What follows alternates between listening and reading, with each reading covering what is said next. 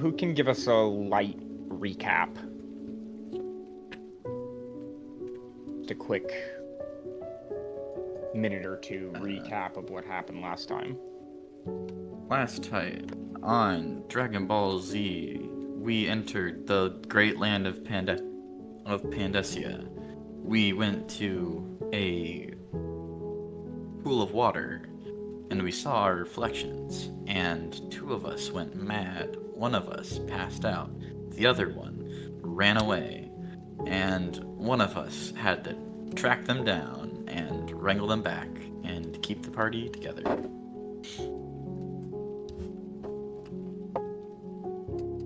Yeah. That does it. Yeah. Yeah. Session 6. Well, the party is, what, you guys left the pool, right? That was the final scene, was you guys were walking away from the, pools of water. Yeah, we were told we needed to go one step down. Okay. So, the party moves on, and as you crest over the top of one of these large sand dunes, that is all you can see for miles and miles around. Is these sterile white dunes.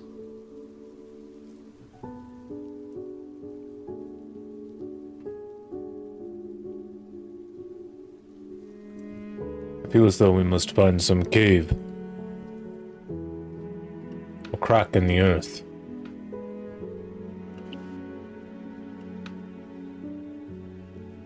Well, if we must find one of those, we might need to pick a direction and try and head it one way. Currently, all I see is sand. At least, assuming this the sand. Endless sand.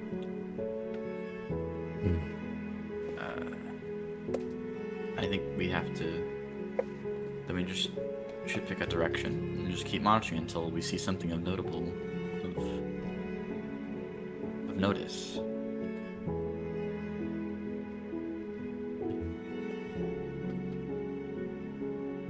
In what way? There's nothing in the sky to track. There's just sand.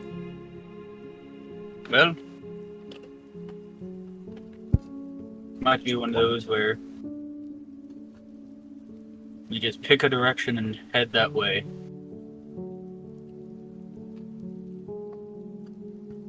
Honestly, it would seem our only option. Well, Is there any wind let's go. at all? No. Okay. There is nothing. Well, I guess we should go that way, and points off to like the east. Which way's east? To the right of me. Okay, you point to the right of you. Doesn't mean it's east, though. No, but I'm gonna say it's east. There you go. Do I have any spells that can determine direction? What's up? I'm trying to see if I have any spells that could determine direction. Oh, yeah, smart. Let me check my catalog of spells as well. Yes. Yes. Just swing at this one. This will take a moment. It's rather extensive. It is. Does anybody have high perception? I'm pretty sure that's you. Fuck. Okay. Can I touch Mine is myself okay. and give myself guidance? Yeah. Can I try to perceive the directions? Like, can I try and, like, in the sense of, like, I'm trying to look for anything that could possibly give hint of, like, position and direction. Like what? Give me an example. Like clouds or landmarks or anything like that. Even You like see the slightest, neither of those. even like the slightest shift of air. There is none of that. Okay. Is there? There'd be nothing, laddie. Nothing to naturally to it. No. It'd just be sand. Or crushed up bones, who knows? I think we should go that way.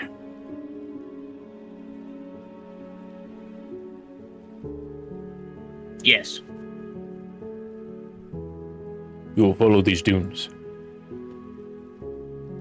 I guess yeah. I guess we just have to follow. Or if you wish to go that way, we can follow those that kind of point and you see how it wraps around.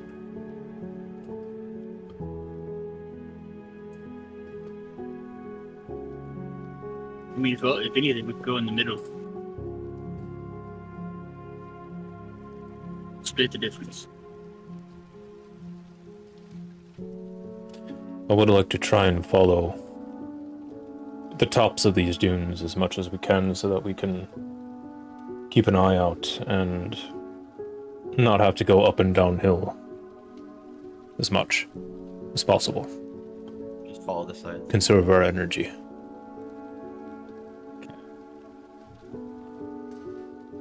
I agree.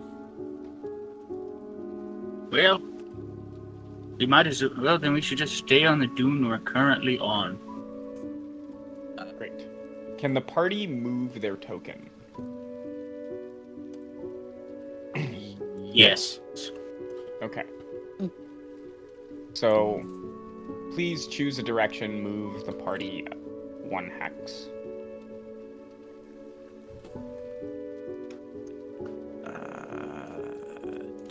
That one? Yeah. Okay.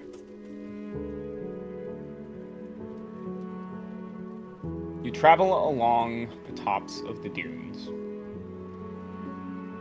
Never in this time do you see a cloud. Do you feel a breeze? Nothing. There is no sounds of wild animals. There's no cactus.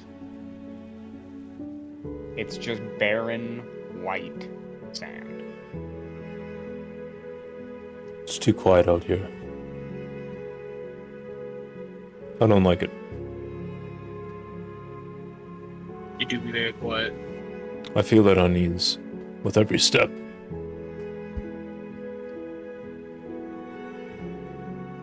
I feel like something's going to happen. At any moment. All the time. Yes, I have a feeling there could be something watching us. I just don't know what. And I don't see anything. I mean, but what could even? That's a. It could be the pond, pool of water. It would be wise to stay vigilant. As we've experienced, it is not difficult to lose your mind out here. Or to be affected by this place. We need to find a cave. Any entrance into the ground. Or, as the poem mentioned, to meet maybe potentially flesh trees. Where trees breathe and thought is bone. Well, We may I don't see a find- tree. And we don't see any caves either. But either is good to look out for.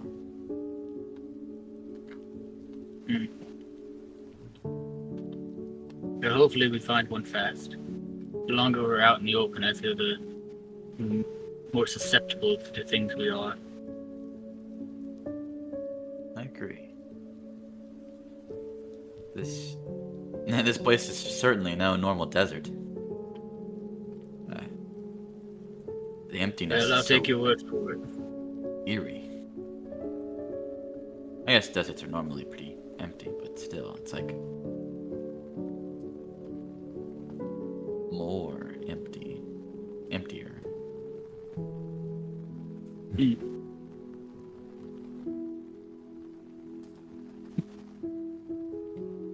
Well, I guess let's see how far this dune takes us, and then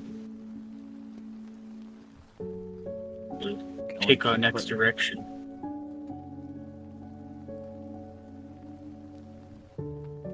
Have you ever been to a desert, Melrigg? No, Never. no.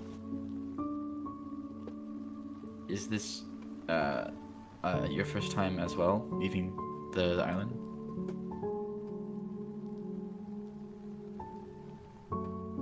No, I was not born on the island. I ventured to the island. I've never been farther south than, well, up to the boat that took me here.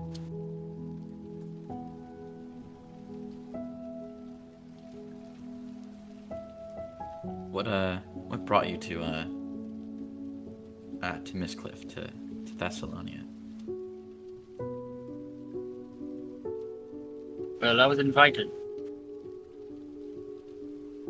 I was the head cleric for my village near the Blackheart Mountains.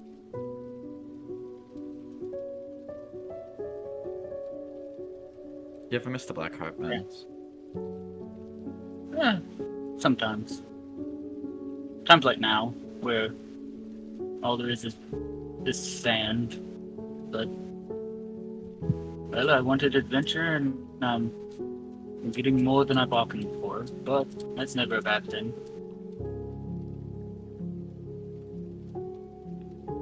Why, do you miss the monastery? Of course. It's where I grew up. I'm happy to be out here to see the world, but sometimes, you know, when I'm far from the monastery and things get hard, I do miss how safer and easier it was. But to get out here and to actually be able to help people, do more than just monastery work. It's nice. It's good. But I wouldn't mind going back sometime. Of course, after the mission. Well, yes. That's a good way. You must, metaphorically in this case, spread your wings. Find your own place in the world. Going home, in this case back to your monastery, is good.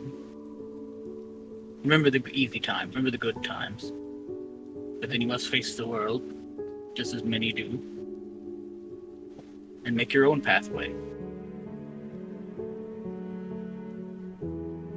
Trust me, if I had the option, would I go back to being the head of the chapel for my village? Sure, but not till after this is done, and see the world, see a little bit more of the world before I plant my roots. And who's to say I won't decide somewhere else is better to plant them?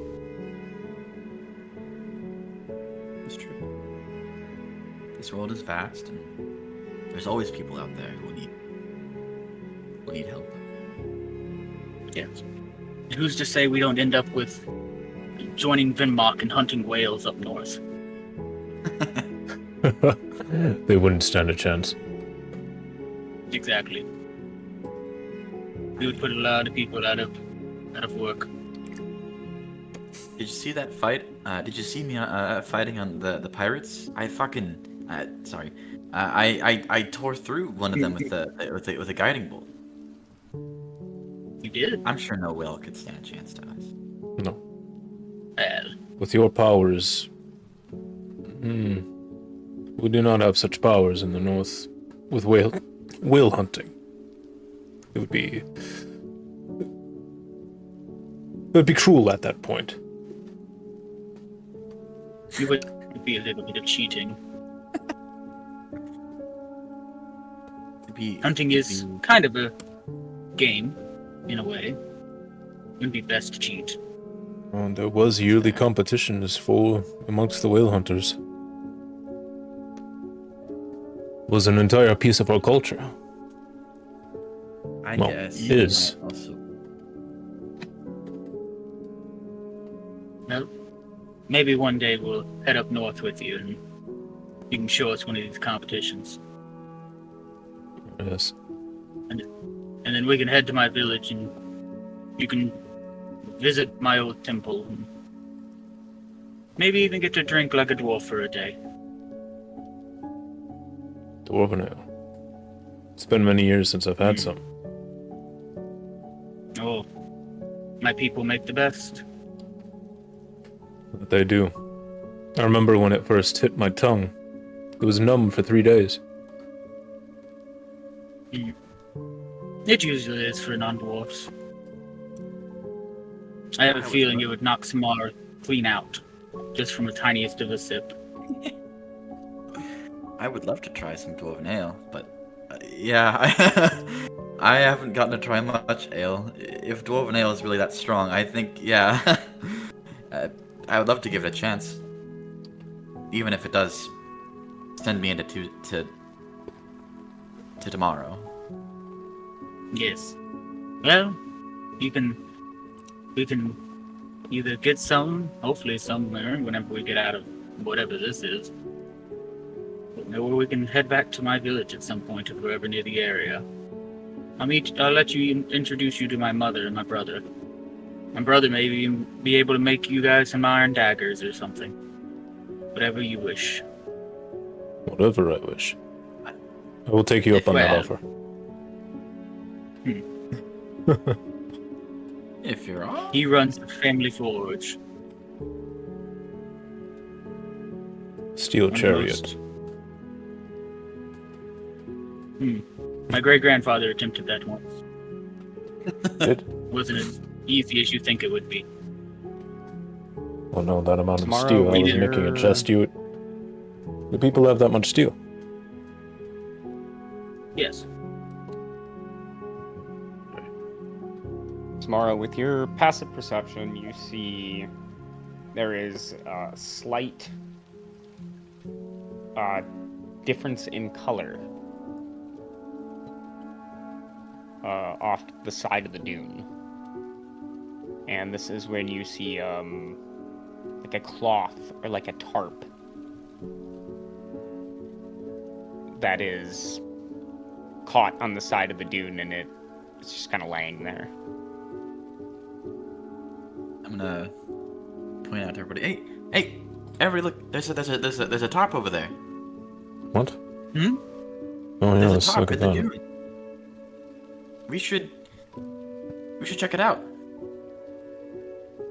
It's for a sign of anything around here.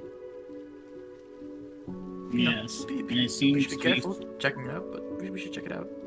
I'm gonna pull out my battle axe just to prepare. Yeah, I'm gonna equip my shield. Well, I'm gonna ready my shield and pull out my hammer. Okay. Three of you approach the tarp. You have to go down the slope. So you're standing at kind of an incline by the time you get like 5 or 10 feet from it.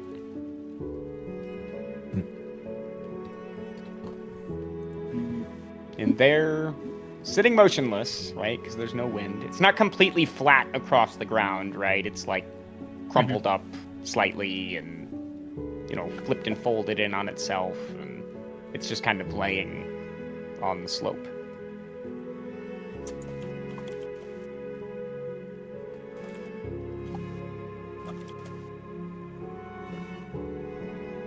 Can I go forward a little bit, reach out with my axe, and kind of try and scoop it up? You can slide it into the sand underneath the tarp and like go to scoop it, and it like flips up.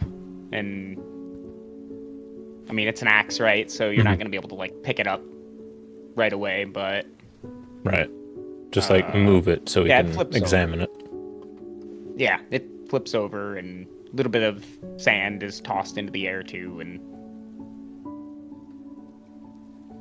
yep. Okay.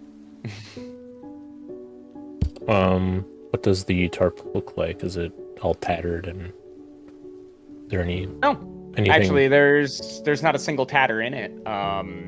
It's kind of an off-white color, so pretty easy to miss. But Samara, thankfully, was able to see it.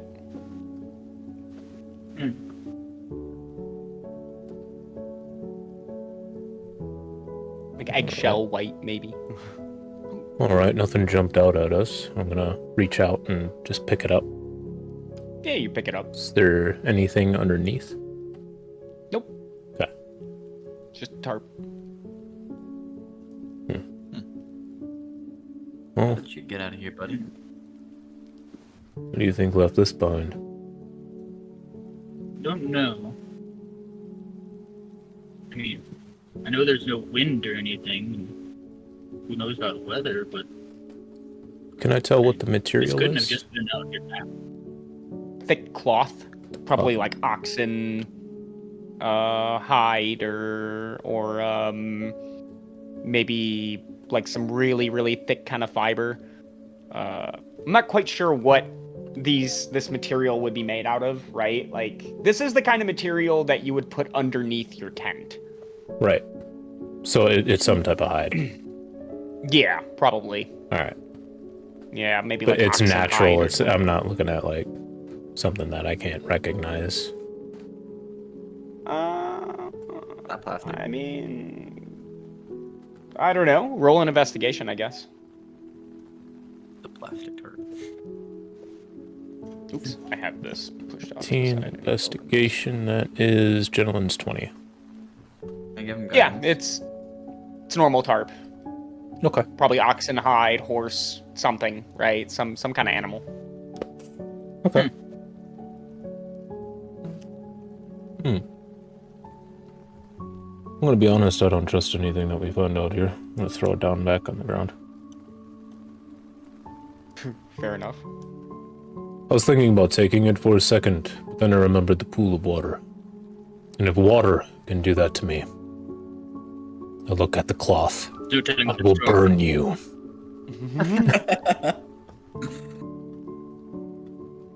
Let's. Yeah. The tarp It's does not this. react. I would be scared if it did. A mimic. I thought. It First. The tarp then just to light Ku on fire. Maybe it's the remnants of others who've come before. Maybe. The adventurers? I mean, we did read in that book that they send prisoners out here. Maybe one of them found their way here. Would prisoners have these? We don't know what they would have. That's true. They could have picked it up along the way. I mean, yeah, they could have very easily found it. It could have been from someone else who got in here. Who knows? Regardless, it's good to see something different than the endless dune. Yes. But I agree with you, Vimak. I don't think we should disturb it any more than we have. We'll put it back down and we'll keep heading in this direction. I've had a thought. I don't know if you two would be curious enough to do this, but perhaps dig a little under where that tarp was. See if there's anything. Well, we do have a pickaxe. I do have a shovel. I feel the two of us can do this. You use the shovel, then if we get to the hard enough material, I'll use the pick.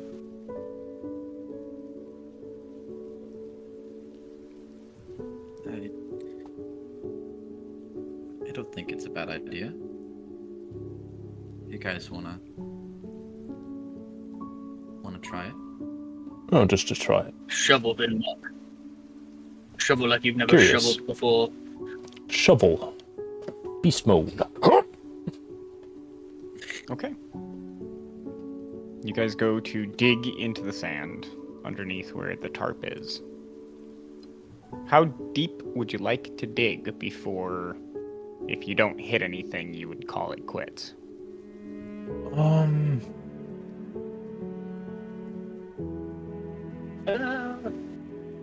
mean, probably my I height. think I'm pretty deep as... Yeah. I was gonna say like 5 or 6 feet. But So it'll take a 4'10", while. so 5 feet. 5 feet. Okay. You guys dig and dig and dig. And you find nothing. Curiosity solved. There's nothing. Well, I'm glad there's nothing here, but at least I'm slightly sated in my curiosity. Oh, well, let's take about 5 minutes, catch our breath. We can get going. Yes.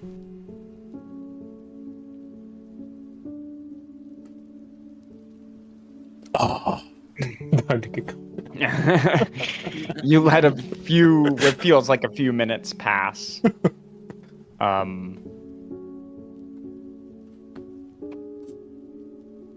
I should probably eat something while we're sitting here, too. I'm gonna take a ration off. Yes. Yeah, sure. Down. Fresh.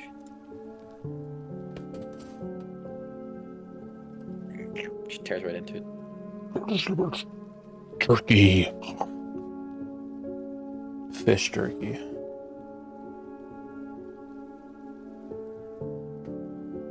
I'm gonna top it off with some of Fish jerky. some of my jar of delicious Dried peach fish. jam.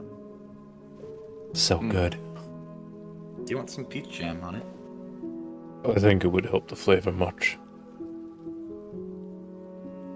I'm a fan of fish. Dried fish, no. But it's what is required. I'll never taste cow again. Yeah, you don't know that. We might find some cows that are unaffected.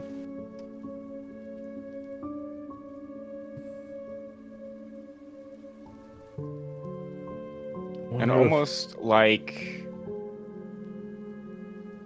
magic, Vimak, you begin to smell cooking beef. Smell steak. Hmm? Stand up, I'm looking around. Don't you smell that? No.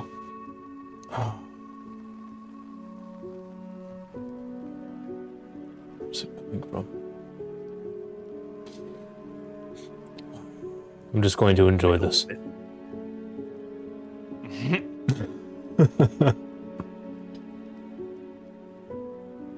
I use that smell and I look at the fish. You are beef. Like, I take a big inhale before I eat to try and, like, just trick myself out to make myself think it's beef. Yeah.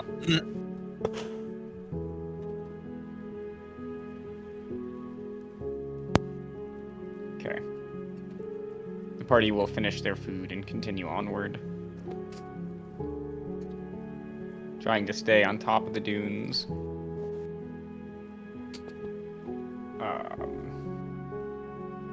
This is when, collectively, all of you will see it at the same time. You come up over one of the tops of this last dune that you're crossing before this open stretch of flatland.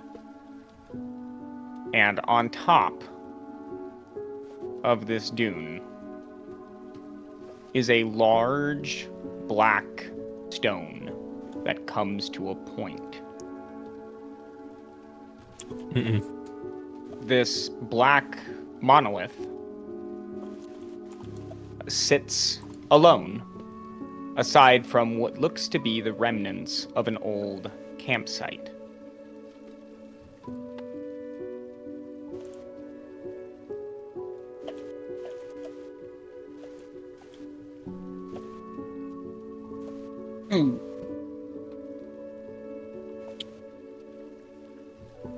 How? I don't. I feel like we shouldn't go near it, No, we shouldn't. but I'm kind of curious. Of course I am too. Let's not touch it. But, I mean, clearly someone was near it. There's a remains of a campsite over there. Maybe the ones who left behind that tarp? Maybe. Maybe.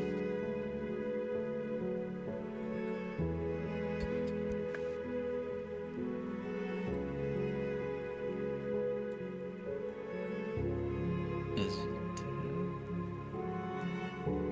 it worth getting closer? Well, Well, I'm curious about Maybe. this place. The more information that we can bring out of here, the better.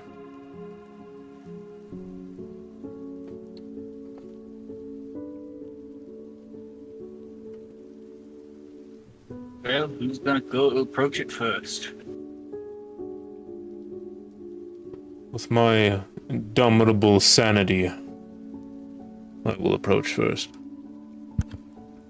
Okay. You got this, Come on. then. Totally.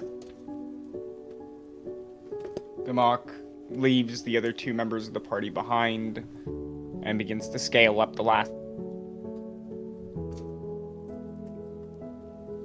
As you approach the camp, you can see that there are two tents. Both of them are not fully up and erected, right? They're down. There appears to be the remnants of an old fireplace, but you can tell by looking at it, it was never lit. It's just kind of a pit in the ground with, surprisingly enough, little pieces of wood.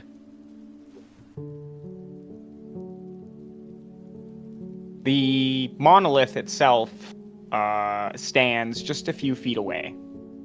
Maybe like 10, 15 feet away. Okay. Is it a smooth surface to it? Yes. Okay. From here, you can tell it's pretty smooth.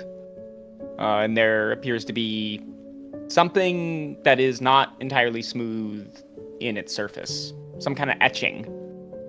Okay. Quite a lot of it, too. Appears to be some type of either drawings or writing in it. Something. From the way it looks from here, it's most likely some kind of writing, not so much a drawing. But there could be some drawings on the other side of it. You haven't gone completely around it. Okay.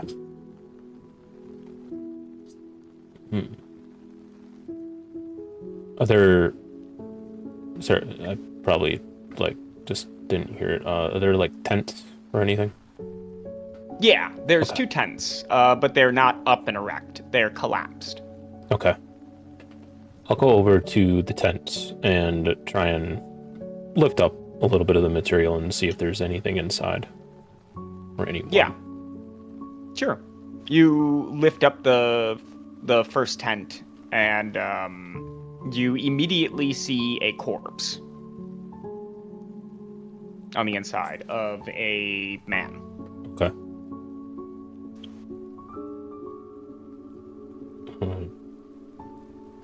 Leave that one. Check the second. The second one is empty.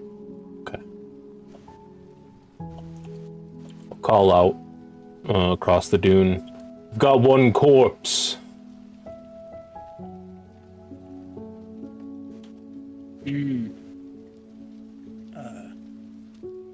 Well, they seem not to be affected. I guess we should approach.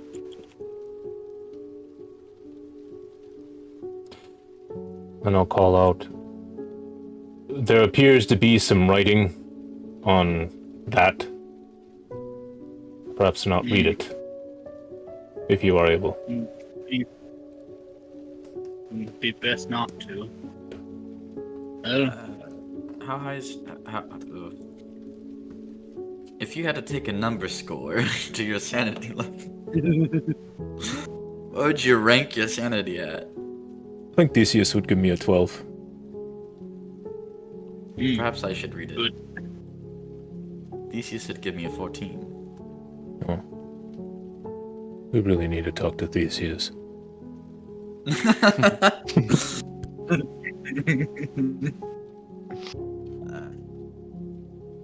Here, may I see it? Oh, it's right there. See what? okay. Yeah, It's the right there. monolith. The Yeah, ring. it's standing off by itself, about 10 or 15 feet away from the campsite. I'm gonna attempt to read the monolith. Okay. Is it in a language, like in common? No, you walk up to it, and it is most certainly in a language that you do not know. Damn. I don't know what this is written in, so I can't really take a stab at it. Well, that's not great, but also not unexpected. Could take rubbings. That'd probably be our best bet. Like the Minotaur all over again. Here, I'll hand. I'll take out some of the parchment paper. Does somebody have like coal or something? Yes, yeah. Or I can take it. Yes, it's in one of Vimak's mini bags. I'll try and make a rubbing out of it. Okay. You walk up and press the parchment against the monolith. And this is when you can tell it's very cold with the touch. Like it's been in a freezer. It's freezing. You go How? ahead and How is take the this- charcoal across the paper. Try not to touch it yourself. Trying not to, but even just feeling it through the papers, it's freezing. I don't know how long I can. I don't know how long I can hold it here. You very quickly get a rubbing of probably just the spot right in front of you, right? Just by instinct.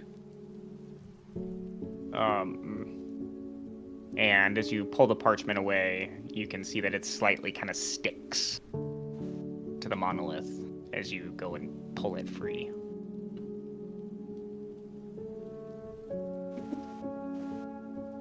You can add one monolith rubbing to your inventory sheet. And I will. I'll toss that into my backpack.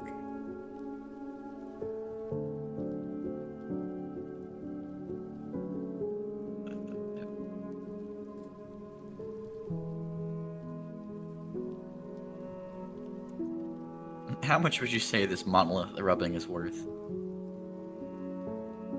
Enough for Vimak to asking? become king. Okay. But Sorry. I have an urge to destroy this pillar. I have a feeling the pillar would probably tell you no. I think the pillar would like it very much. But the pillar looks evil to me. I mean, if you want to borrow my pick for it, you're more than welcome. But I will strike it once and see what happens. Okay. Prepare yourselves. The pickaxe. Okay. Go ahead and roll a d20 for me. Okay. 4. The pickaxe shatters.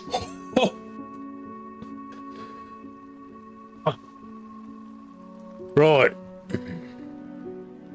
What did you do to my pickaxe? Pillar did it. I Look back at the pillar. You win this round. The pillar does not react. Damn. I'm sorry, Melrigg. I'm sure there will be some point where we really could have used this. you probably. Probably. When we come to that point, I will point it out to you and make fun. Yes. Well, I guess there's nothing else left for us at this pillar. You said you found a corpse. Did you take a look at it to see, like... No, I didn't. I mean... I didn't really look through these I mean, tents very much. I just saw the corpse was in there and... Alright. I mean, Waited for you two to actually examine it. and I would assume that you can't be a prisoner. I don't think they send tents with prisoners whenever they get sent into you, so... And also, why is there 2 tents, but you only found 1 corpse? What's the other? Perhaps it involved that tarp. That one left. Maybe This one. This one died. The other one decided, why stay here, and moved on. Well, maybe it got turned into the tarp.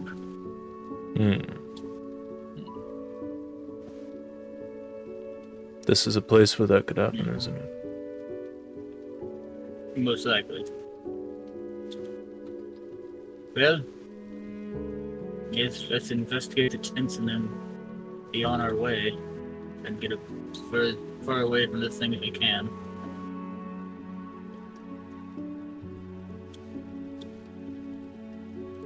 So the corpse is in this one. Lift up the tent. Sure enough, face down, lying in the sand, is a corpse of a male human. What type of clothes do they have on? His clothes are kind of dirty, right? And he's flipped on his back. If you flip him over, do you flip Yes. him over? I will flip him over. Okay. If you flip him over, you can see that he wears like modest adventuring clothes. Like Okay. he's got, a bunch of leather straps and hooks and belts, and his bag is off to the side. Now that the tent has been fully lifted, you can see in the back, and his bag is back there, and he's got a bedroll rolled up.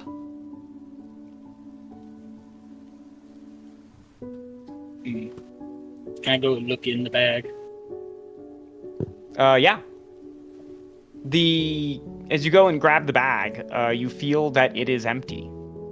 It's exceptionally light, except for one thing of modest weight in the bottom of the bag. I'll reach in to grab it.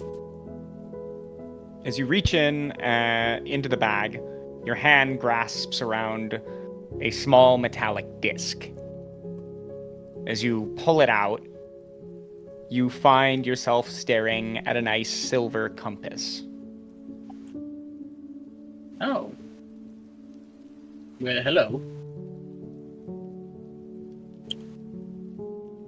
You That's press the weird. button and flick it open, and the compass spins for maybe a good 3 seconds before it begins to finally settle and point. If you're looking at the map, off in this direction. Okay.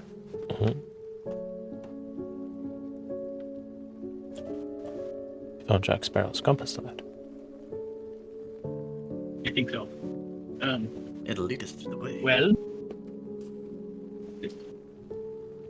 couple things. One, clearly adventurer. But where did all of his equipment go? Because it's a little weird that the only thing in his backpack is this compass. A little weird. Maybe the other person took everything and left this. Why leave this? I was gonna say, it's a little weird just to leave. Unless they had their own compass, it's a little weird to leave this.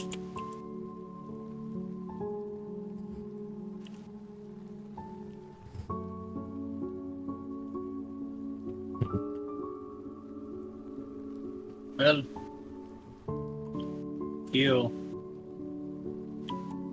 we should probably follow it. I mean, it's pointing in the same direction that we were already heading.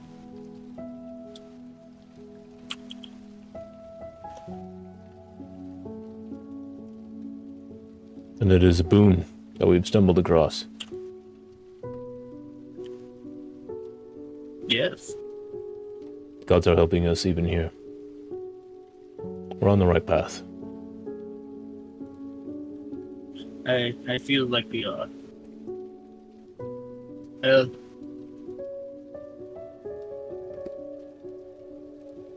We'll put the tent down and give this man a small prayer in remembrance and thanks for the compass. And then we continue on our way. I'll dig a shallow grave for him. Shouldn't take much. Yes, that would be a good thing.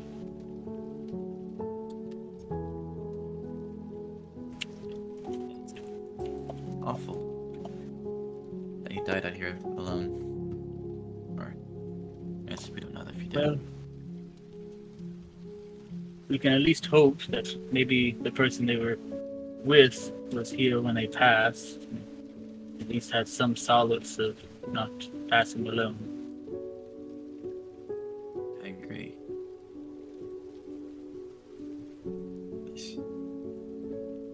A stroke of genius. Vimak uses a shield to quickly plow a shallow grave.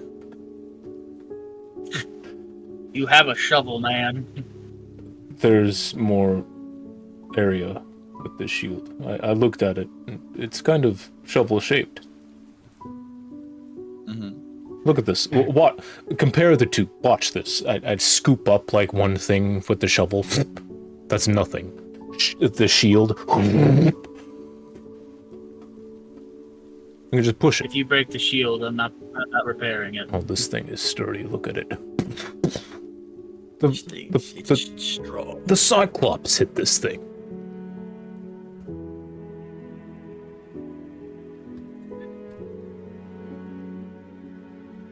I think it can handle a couple pebbles. You begin Well, to this dig. is sand.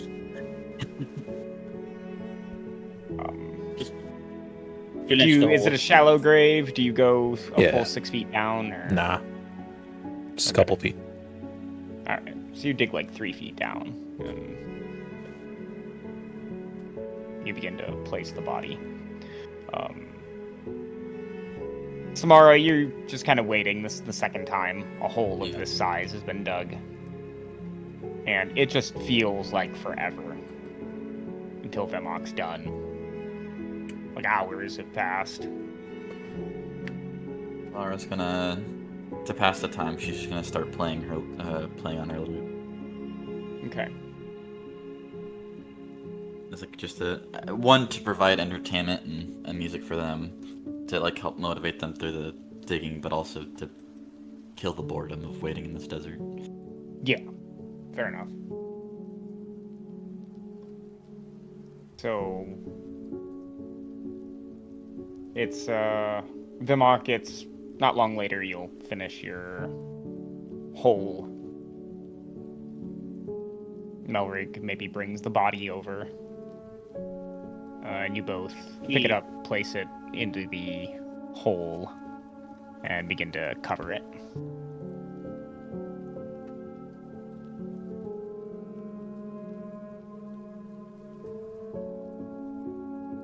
Great. Body has been buried. That's all. Huzzah. Well, now to continue on. I'm gonna hold out the compass and then it's like, that way.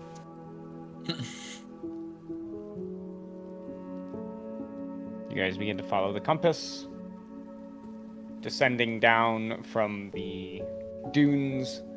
You enter kind of a flat region. And in this vast flatness, you can see that there is something sprawled out on the open sand, a couple 100 feet in front of you guys. Yo. Something small. Oh, Mm. how big Could does be it another look? tarp. A human size. Human size. Human size Well, tarp. it could be a human-sized tarp. Maybe it could be the other adventurer. Maybe he did have a compass and he came out here. He collapsed. Potentially. Well, we have to go that direction anyway. Might as well walk towards it. Just be prepared. I'm always prepared. Not always. You guys approach, A holy rage is always in sight. Oh, and lying out in the middle of the sand is a human corpse, face down in the sand. The one.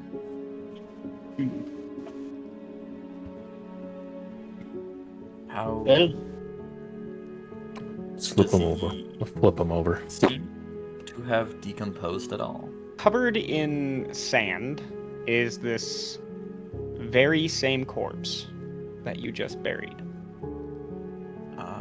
hey, wait a minute. Well, he's We got just the buried this same thing. man. How? We Same just clothing, buried him. There's the mark on his chin. Look at it. Same guy. We are. Did the earth spit him out? It must have. Or Did the sand reject him? maybe. This is the land of Oof. madness. Anything could have happened. This is true. Not. Well, we don't really have the time to rebury him, unfortunately. No. Or do you? But it's Speaking of time, how much time has passed since you've been here? Several It hours. doesn't.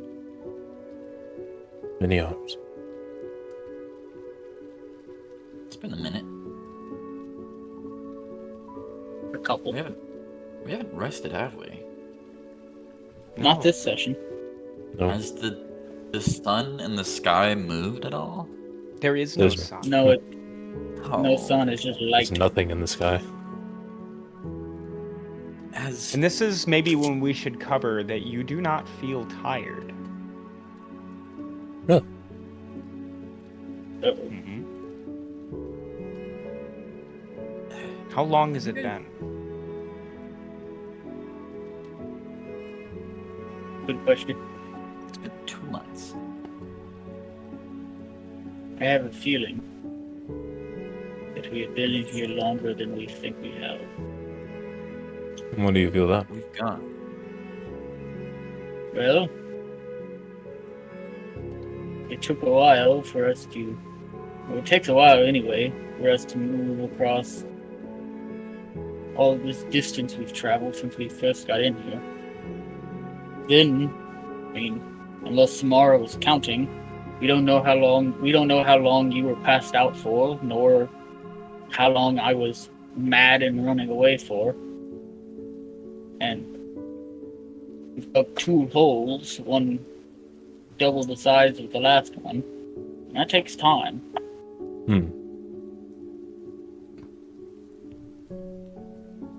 And realistically, at the very least, you should be exhausted. Well, it wasn't much to dig that hole.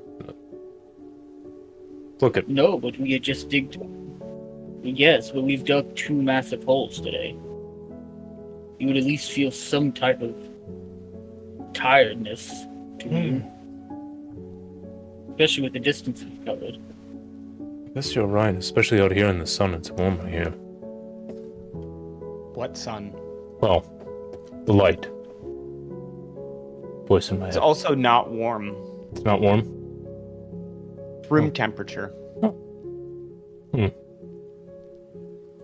I feel as though it should be warm here, but And yet that Not moon was actually. freezing I cold. feel fine.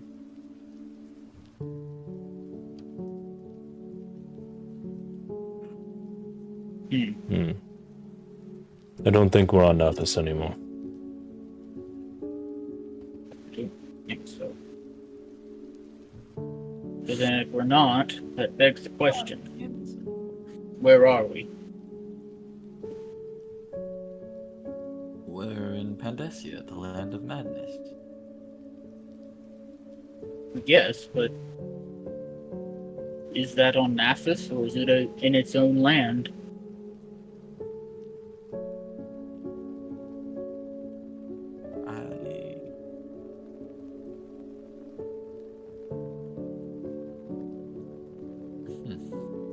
I don't know. Guess nobody knows. Well, wherever we are, on Nathis, off Nathis, we must continue moving. We must try and find some way to go 1 step down, or find this flesh tree or something. I think. Which way is the compass pointing again? This way? That way. I think we just gotta keep following the compass then. Well, It'll take let's us keep somewhere. going. Look down at the Go till we're corpse. tired. Do not follow us. Yeah, hopefully- stay right there.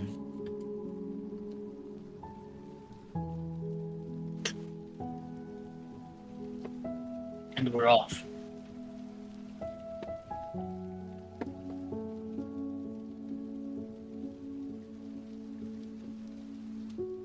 You guys are walking.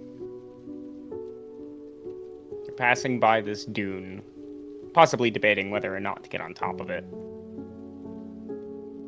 When there is something roughly human-like sprawled out in the sand,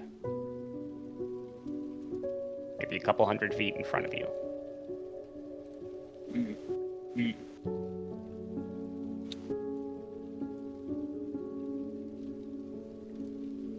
I think it followed us.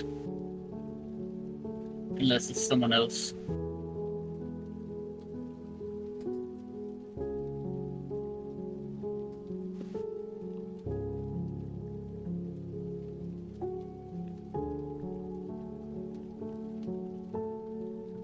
Body's actually alive.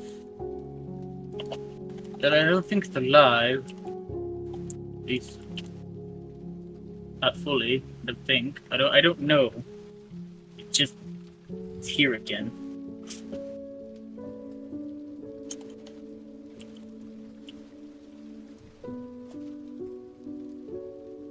I cast identify on the body. Yeah, you'd have to walk up to it, but you could certainly try. And walk up to the body.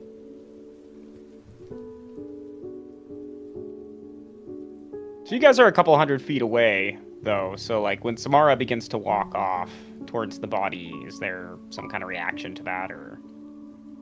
Yeah, we just follow. Well, I follow. Okay. You walk up to the body. And you can already see, as you approach it, that something is different. There's no skin on this body. Oh, The clothes are Gross. still there, but That's disgusting. Well, Does it smell? no.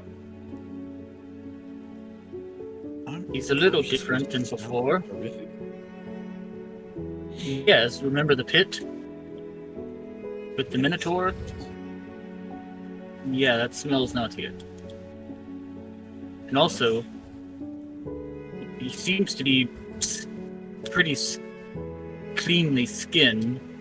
I mean, we just saw, if this isn't the same one, just not even a couple 100 feet ago. Yards ago.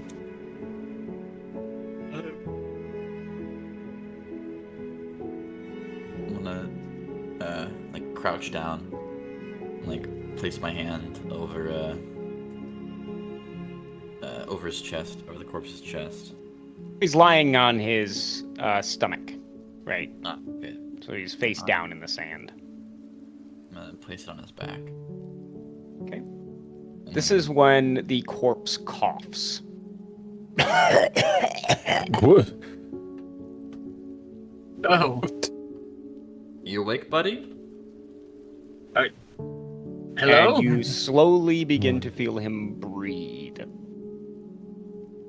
Oh. Guys, he's breathing. How? I don't know. I'm gonna look back at them very incredulously. He's breathing. You awake, sir? The head is face down in the sand. And it does not move its head. But you begin to hear a voice. Not muffled and buried by the sand, but one in your heads. Uh-oh. This vessel cannot contain me long. I wish to speak, to learn. Of course. Who are you?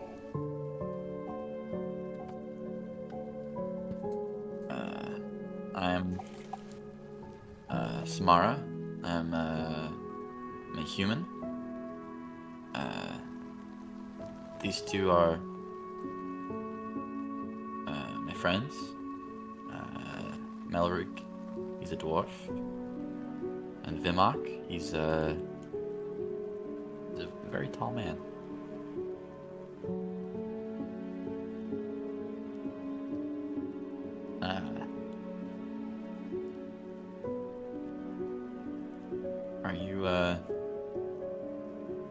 Are you the owner of the corpse? Of the body?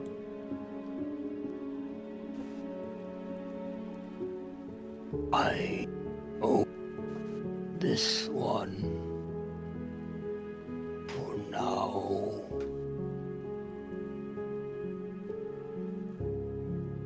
What would you like to learn while you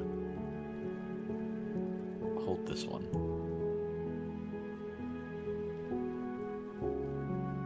Different from the others. A quiet mind.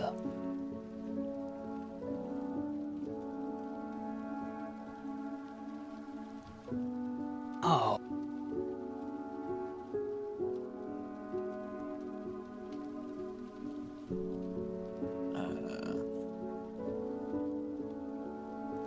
I'm sorry, could you repeat that? I think you cut out. Yeah. He says, he asks, you have a quiet mind, and you're different from the others. How?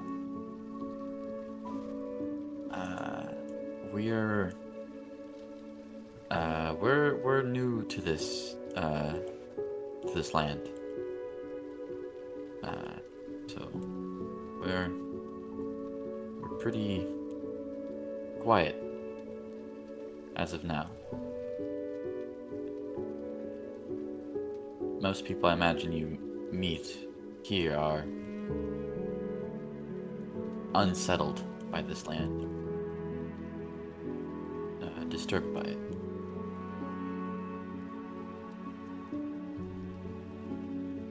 And whose voice are you using now?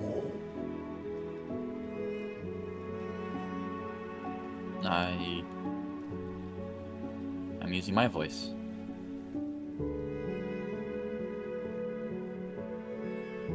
The one I was given.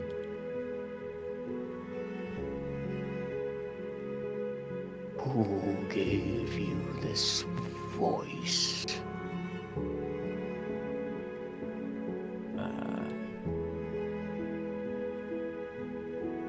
My parents and the gods.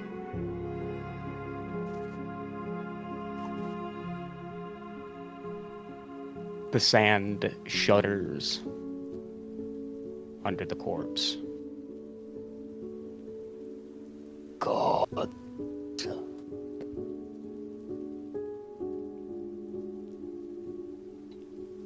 Heathen.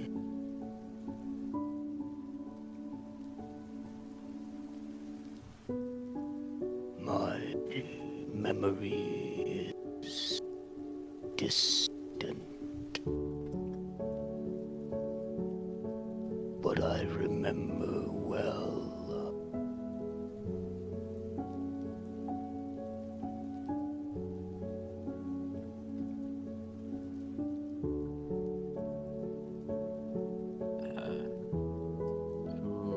Who gave you your voice? My voice.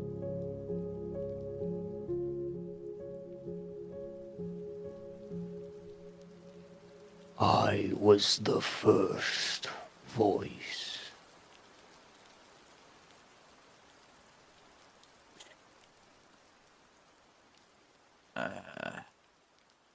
I'm sorry.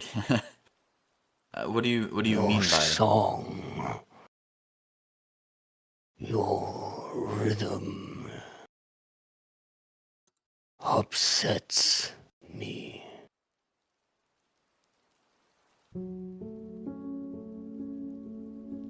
I'm sorry.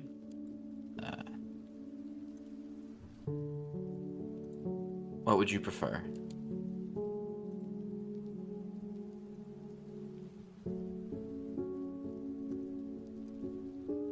The body dies.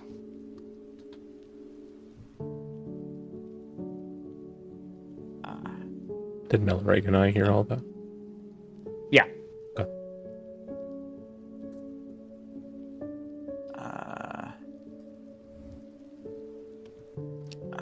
That That was unsettling. yeah. Very. Did he call the gods heathens? Yes. Yes. We called them Athen. Athen. Um, Ethan. What does Athen mean? Is there any religious context for the word Ethan? Yes, Athen is the name of the gods. So humans are Homo sapiens, right? Okay. Athen are gods. The Athen in Celestial means the others. And this goes back down to the founding of the universe, at least the myth that everybody kind of universally gives credit to about how the universe came to be. The Athen, the others, are the ones who stayed to form the world. Your gods.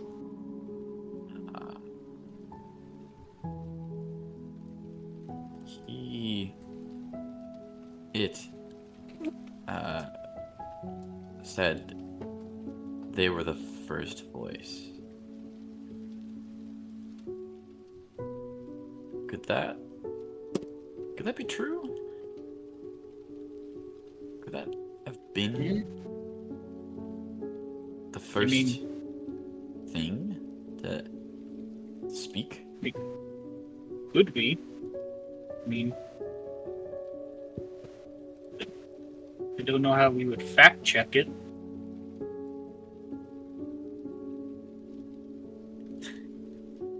We don't know what it is. And did it Perhaps scripture has the answer.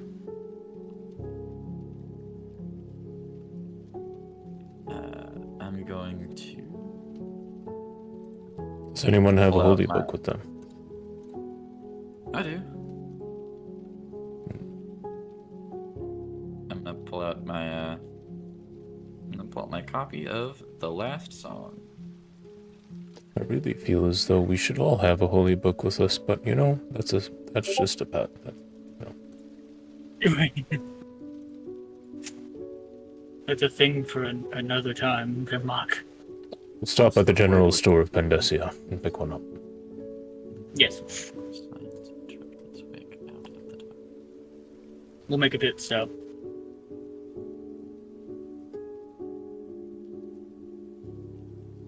Eldar.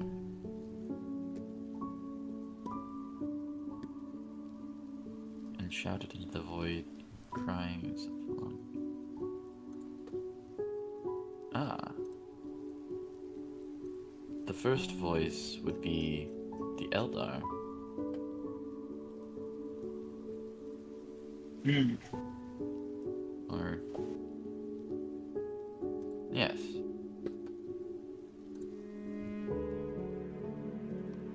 So this thing is an Eldar. Well...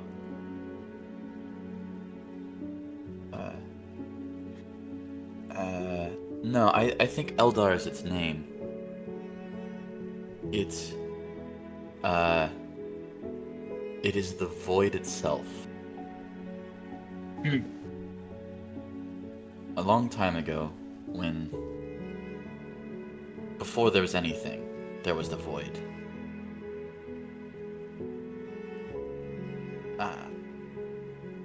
Eventually, the void... out of this void came substance itself. Hmm. And experiencing that, the void claimed itself Eldar. Roll a religion check. These things can sometimes be difficult to understand.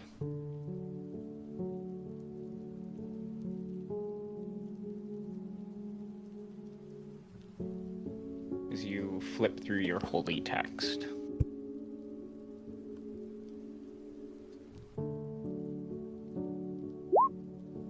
I roll a 6. Mm. I roll really low. Roll with advantage since it's your book. I roll a 20. Much better. Okay, well, I didn't want you to roll a 20. I didn't roll a okay, nat 20. I rolled a dirty 20. Well, let me just give you the Yeah, answer man. that you're wanting here. So Eldar is not the void. My bad. He is the substance. At the form claimed itself. Eldar. My bad. Yeah. Hmm. Yeah. So you guys pick this apart now. Okay, I'm gonna...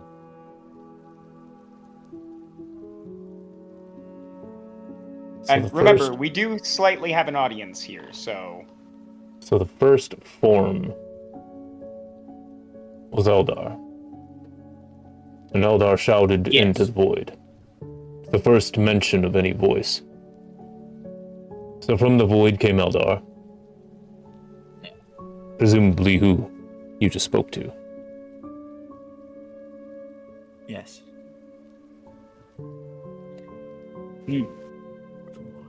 Why this and Eldar? Why? Well, it seems that Held the Eldar. void with him. So Eldar was repelled Yes. along with the void. Or the void with him, so the void that was with him. He is separated from the assumed- void. Well, Songwriter. Well, perhaps I should refer. Eldar was longing for more and had awakened many drifting beings from within the dark. And they rallied to Eldar's calls and repelled the void with him.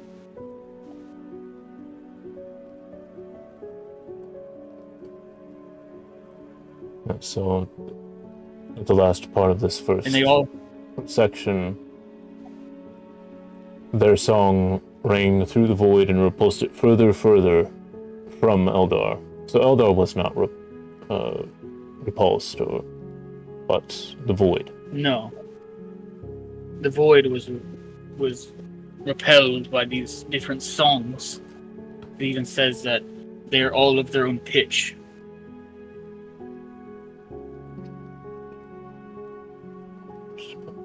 Song to stop.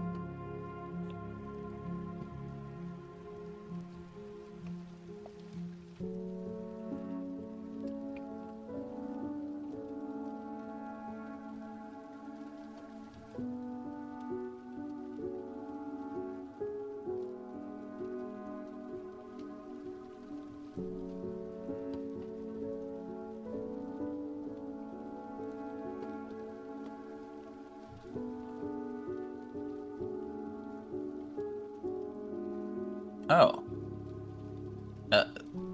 Eldar is the first being to emerge from the void. His song, or his cries, awoken the other beings. All other beings that came from the void. They, in unity and harmony, sung a song that repelled the void. Afterwards, Eldar felt the power of the song, and he, as this was happening, the universe started to kind of form around him and around them in the wake of the song, in the wake of the void. He silenced the song. And then he directed the others to create Nafis. Some of these beings joined with him, some of these didn't.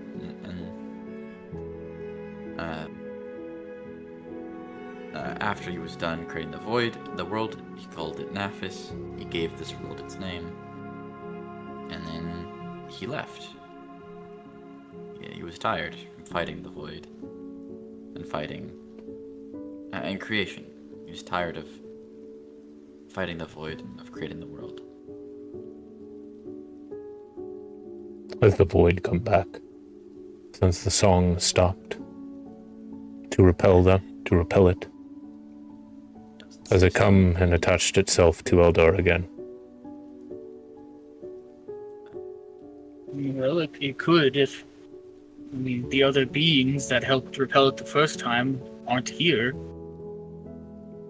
Because even from the ones who stayed to help Eldar create Nafis, not all the beings were here. They departed, not sharing the same vision. Where did they go? Well, it just says here that they just went to the different parts of the universe. They left to do their own thing. To do their own work. Or whatever they chose to do. They probably went to their own corners of existence to make their own little sections. Who knows? The next question would be, where did they repel the void to? And was it away from the others? Maybe one of the others may have found one of them. Found it. On accident. Maybe. But We're dealing at the surface. To my mind, we're dealing with an infected god. How does that happen? Like a god with a Well, disease.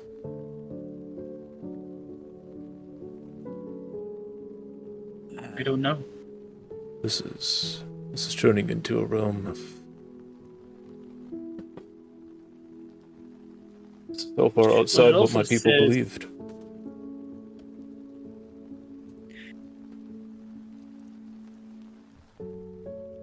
Well, it also says, because you remember that you all were seeing the stars falling or being wiped.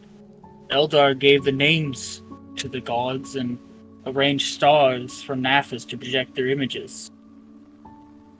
Another image What is going if- to be wiped out. What does that mean? Is whatever's affecting this wiping out the gods, if they knowing that if they come together they can repel the void again?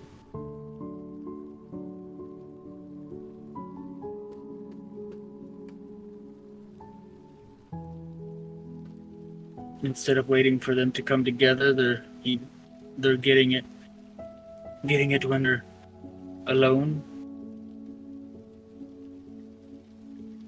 I think when we reach Yes. that mountain, we should erect an altar of ourselves to the gods Yes. and pray.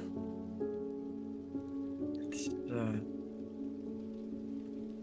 If there's a thing like that, and I point towards where the obelisk was, where we came from, then we should make our land, make our mark here. eyes of void stare upon us, and we must turn to flesh. In my vision,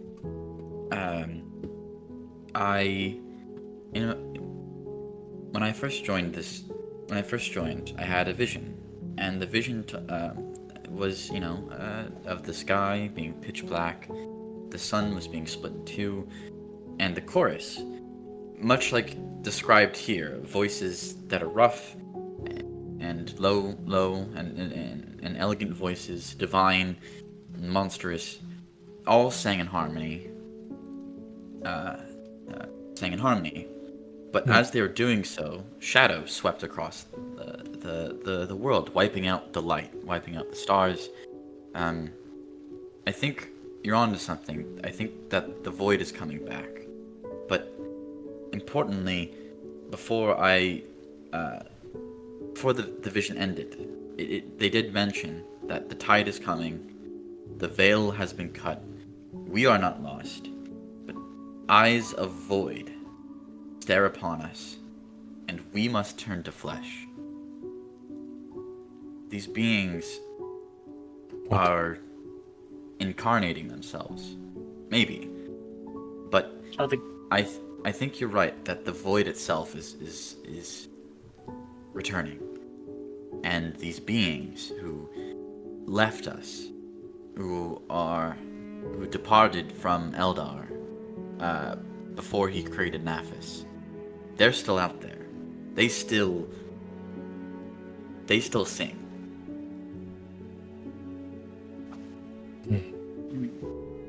They, maybe because the situation has changed in some way, they now must turn to flesh, either because they need to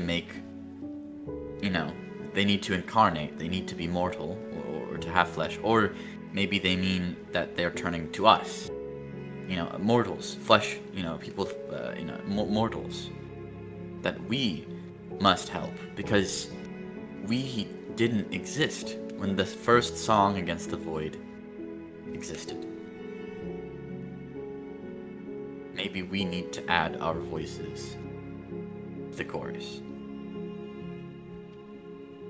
Maybe that's why the song of creation is being so destructive, is because they're trying to sing that old song again, but needs more.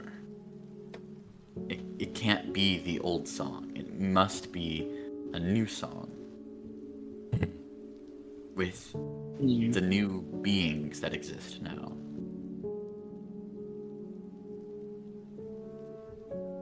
I think you're onto something there. Yes. I think I that's think why you- we're on this mission to find it. Well, Isn't we here to Vimak. find a seed of creation? That is what they call it. we're here to find a seed of creation. Seed of which creation.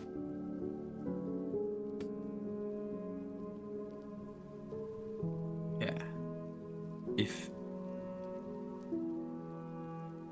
If the gods could do it, I think they just would.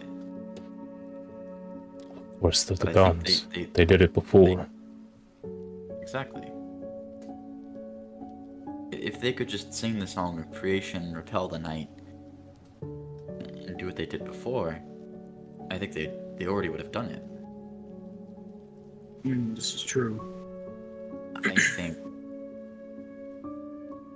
But the void is probably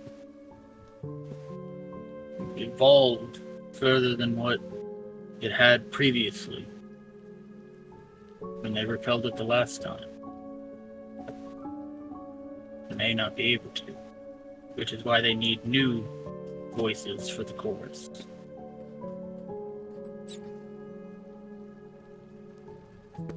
in the first couple lines it mentions that the void was always watching for signs of interruption in its wake.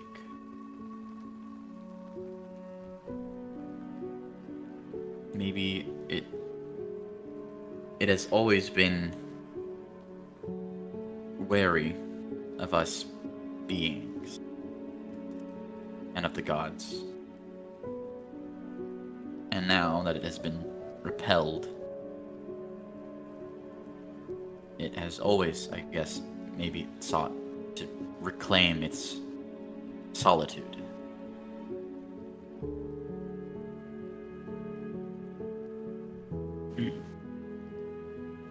Probably isn't keen on all the noise that's being made. I can imagine not. Doesn't seem to like sound. No. Certainly doesn't like singing. No? It prefers silence. Like its answer to you. You asked it what it prefers, and it stopped speaking.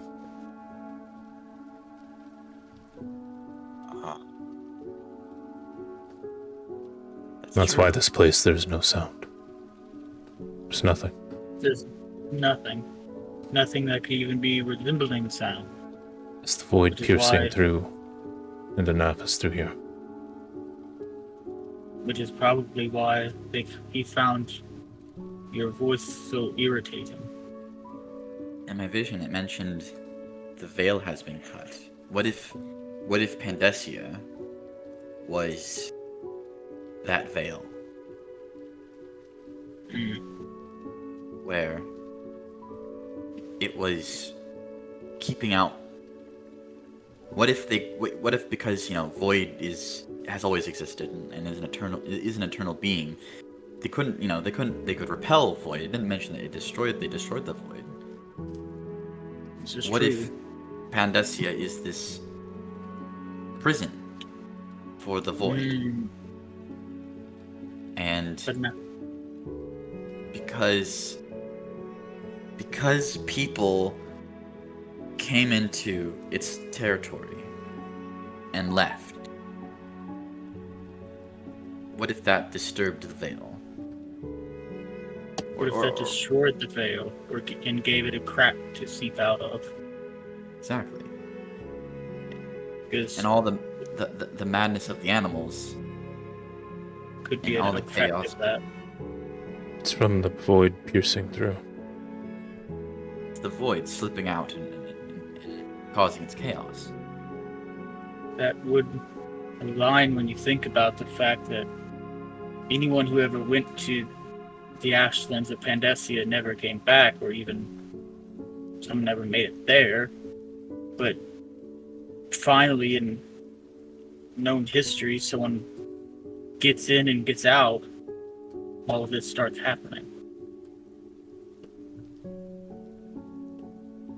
I have a feeling that when they left a crack. And the void has been slowly expanding the crack ever since. The void has always been watching. It's always had its eyes out.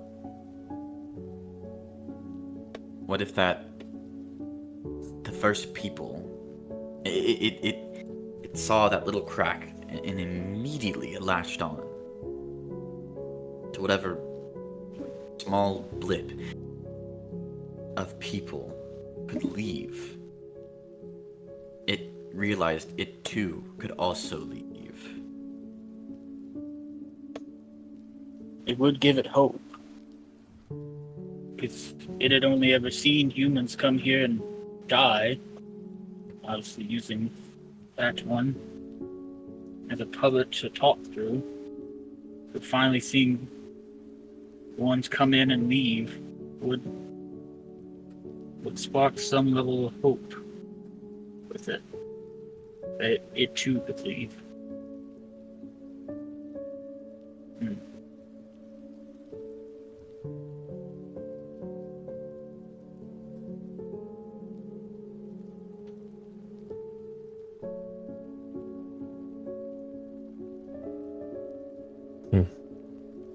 I just had a thought. There's nothing we can do about it now. But sure, down at the corpse. Friend's been listening the whole time.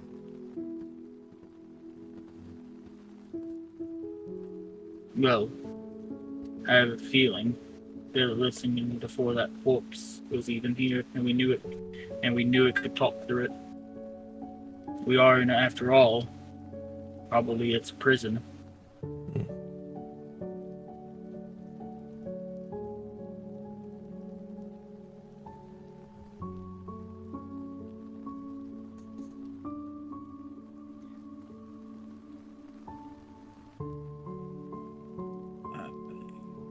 Well, I feel it's best. We probably need to get a move on and wreck that altar. And try and contact the gods as quickly as we can. Bring their presence to this place. Yes. I hope we're not going to be... It is a prison, so there's no telling if we can even contact the gods in here, but it's at least worth a try.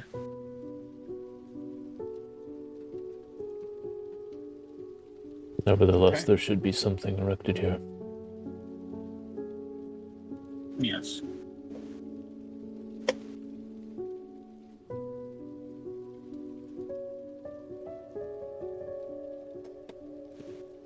I think we should keep moving.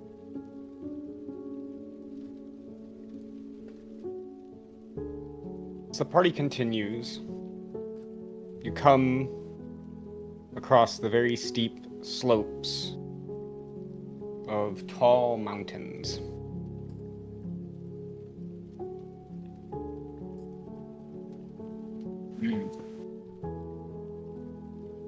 Can I check the compass to see where it's pointing? It is pointing over the mountains. Like this way? Like- Or- Yeah, like it's like over to that The one. sphincter, maybe? Yeah, the sphincter that's over there. Yeah. Right. I just Just don't want to assume. just don't Yeah, wanna you don't want to assume. assume that one. It's like we Um, can see the red sphincter. I just want to know if the compass is pointing us towards the red sphincter. Well, The answer is yes. Oh, okay, thank you. All right, this compass, compass- was given by the corpse. He's leading us to the sphincter. Yes. He wants us to go there. I think near that first peak, kind of an invisible thing, but you would be able to see it from down here. Enough of a presence to see there's some type of structure. Yes. And then we can devise a way to get across or around this mountainscape. Follow me. I'll lead As the you way. say that,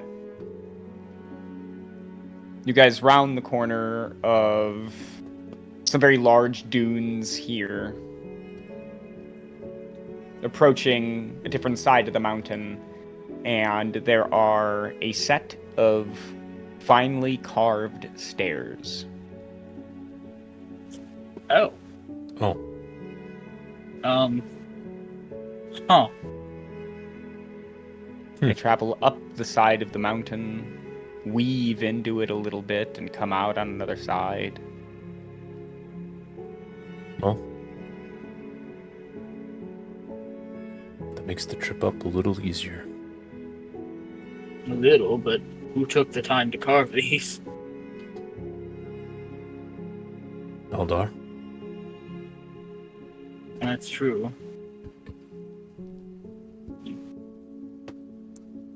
They probably had nothing else to do. Well, up and onward, I guess. Well, maybe there is some history to this place. Maybe this place wasn't always like this. That's true.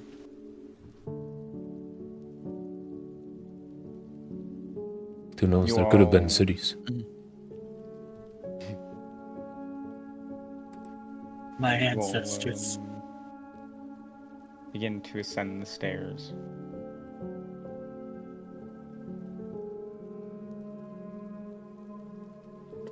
And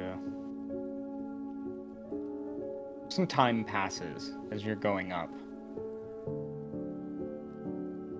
When Samara, you just have the highest passive wisdom, so you're gonna notice things far more often.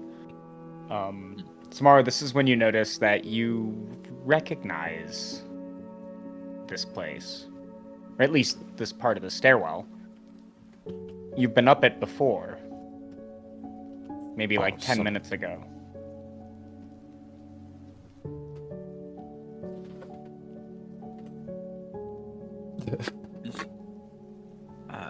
This place seems awfully familiar. Don't say that to me. What do you see? I'm Right. seeing this stairwell. Melrigg, prepare yourself. I think she's gone mad. No, not again. I'm gonna try and go up the steps. Okay. You go up the steps.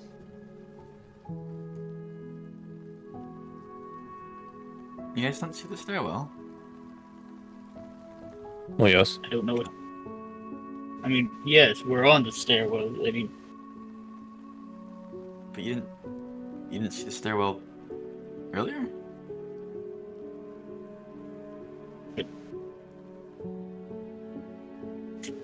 Make a perception check, you two. Is a 17. 17. Yeah, come to think of it, actually, as you guys look around, this stairwell does look familiar. Like you have been Oh. on this part of the stairwell before. I see what you're saying. Have we been walking in place again? I think so. What if one of us just goes forward? Are they gonna come up behind us? Don't know. Vimak. Samara, keep going up the stairs like you were. Vimak and I will stand right here. I'll keep steadily making my way up the steps. Okay. You go up the steps, and you hear Melrigg's voice at the top of the steps go, Samara, you go ahead and go up there. Vimak and I will stay here. I'll approach them from behind. Yep. And you guys just watched Samara leave. All right. Hey, guys. Like, literally, like, as soon as Samara goes out of view up the steps, She's you right there. turn around and, yeah. Oh. Well. Huh. All We those just climber watched kits, you. right? I'm gonna go back down do. the steps. Okay. If you come behind us after you go down there, I'm gonna lose my mind. You might have to throw them down the stairs. Uh-oh. And Answer. just as you think, No. as you come up from behind them the other way, you hear, if she comes up behind us, I am gonna...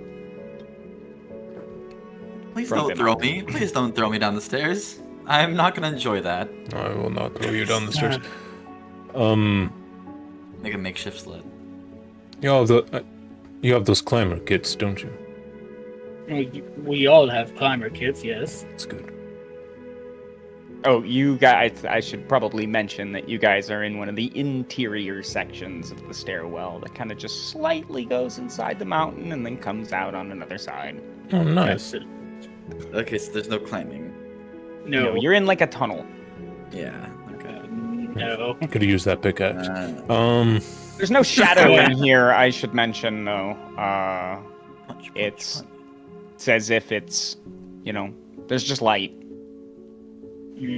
right? It's just, it doesn't come from anywhere. It's just you can see. Well, this isn't great. No, it's not. I'm gonna get on the ground. And I'm gonna touch the stairs. And I'm gonna cast the spell Identify. Okay. Identify comes back with nothing. These are not magic stairs. Well, good news. The stairs themselves aren't magic. Well, actually, maybe good. I should recant that. You get an error message. Oh. Right? Error 404 flags. I think these... Identify didn't turn up with anything. Actually, it couldn't even register the stairs. Well, that's not a good thing. And I feel like we're stuck in a loop. I'm gonna scream out to the void. Mr. First Voice? How are you? Can you help us get out of these stairs? I'd love to chat again.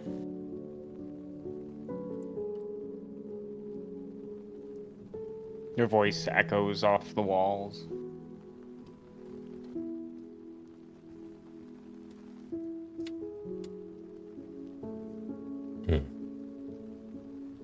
I don't think he's gonna answer. Don't necessarily need an altar. Maybe now would be a good time for us to pray. No, if you That have doesn't a work. holy I have symbol, another idea. you got a holy symbol, grip it. And start praying. I'll get to. It's another thing that I should have. Why didn't I get a holy symbol? You should have one, because I have one.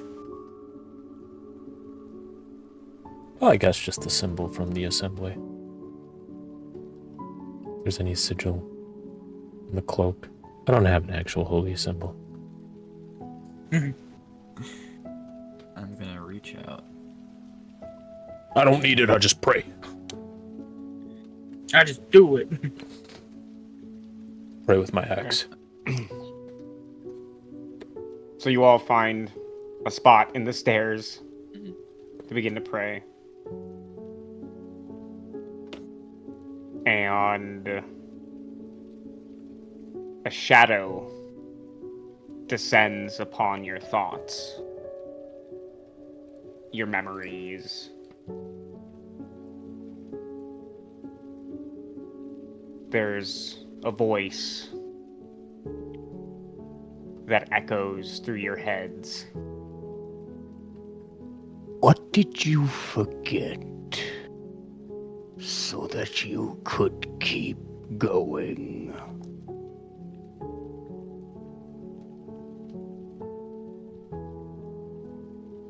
Was there ever a first time you asked for help? Do you need it now?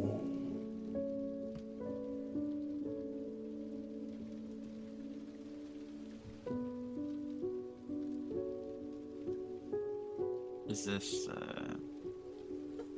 the first voice?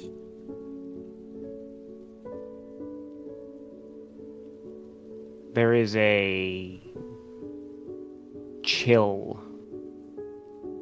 a numb that runs across the back of your mind.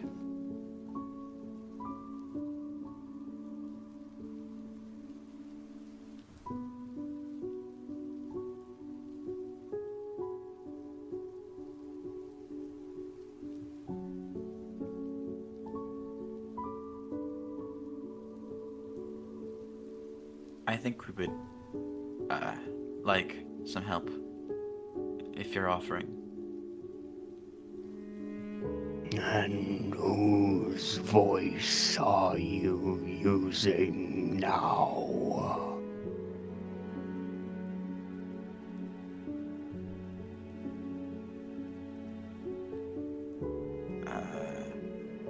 I'm using our voice.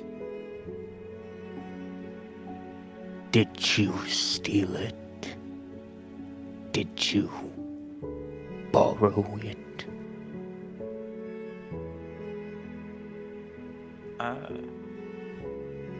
It's being lent to us.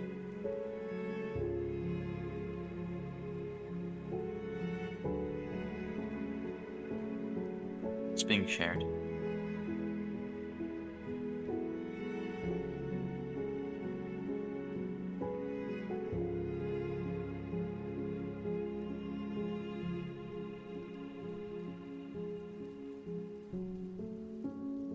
There is a cold pause, but this consciousness does not leave you. It, for a manner of speaking, looks you up and down, all three of you.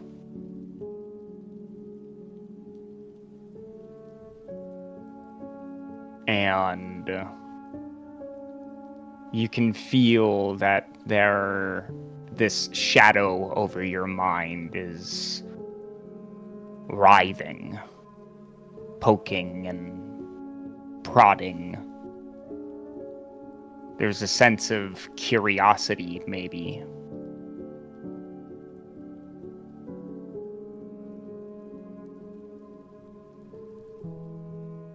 And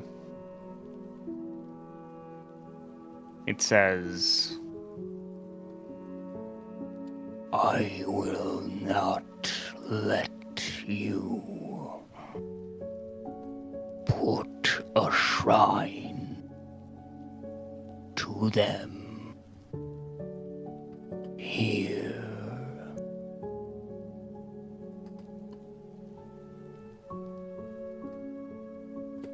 Descend, and you will find freedom.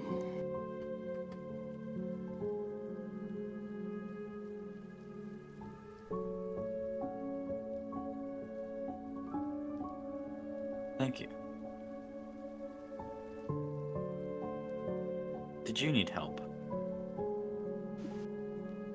Don't offer this thing help. What drives you? Have you no fear, Ethan Bourne?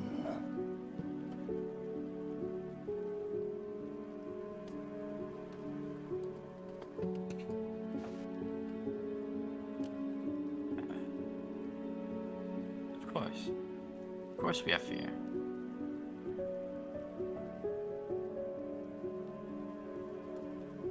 But we must understand what is happening.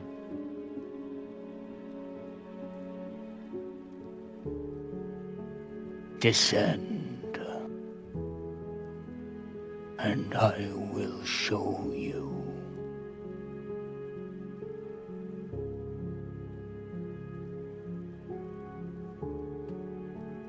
Thank you for the help. I think we should pack this shit up. We must continue forward. Descend. No, let's descend. Let's back it up. We're gonna go around. Okay. As you pop out of the stairwell, you are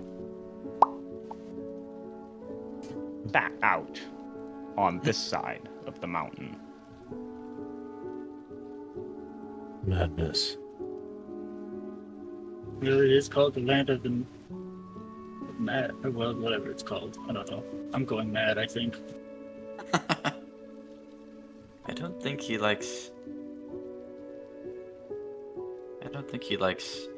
the others that much.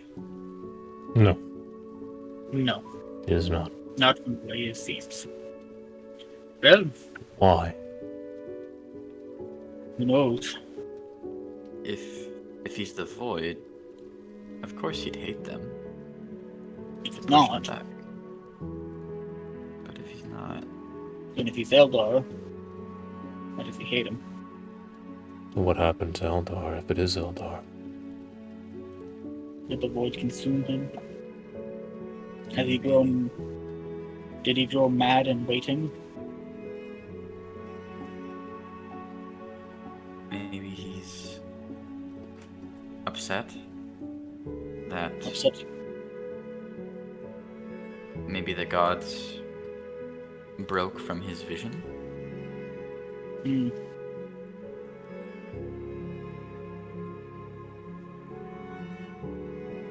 Maybe. But how did they break from his vision? What did they do that contradicted him and what he looked for Nathis?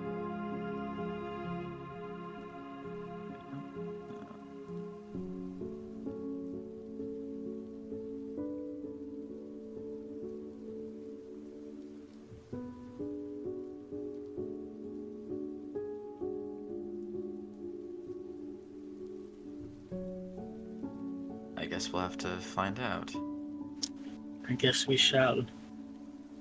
Well, now that we're over the mountains, or at least somewhat over them, let me check the compass again.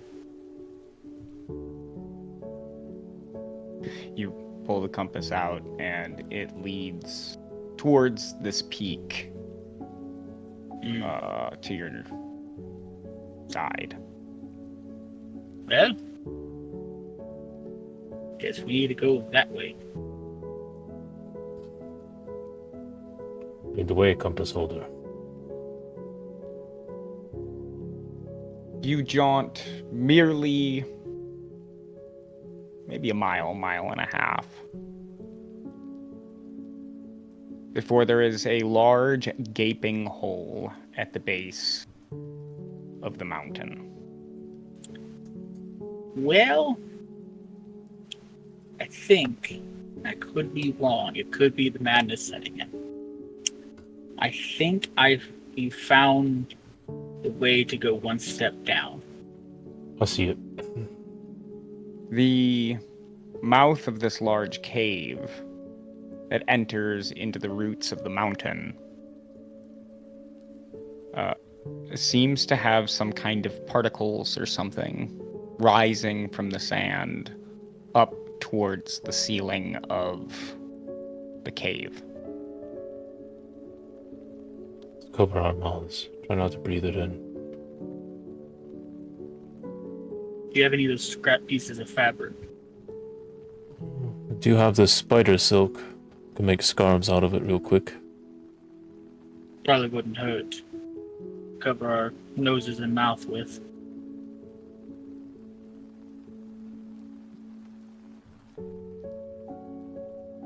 Rip off some strips of these yards of silk that we've got to make like a double layer scarf.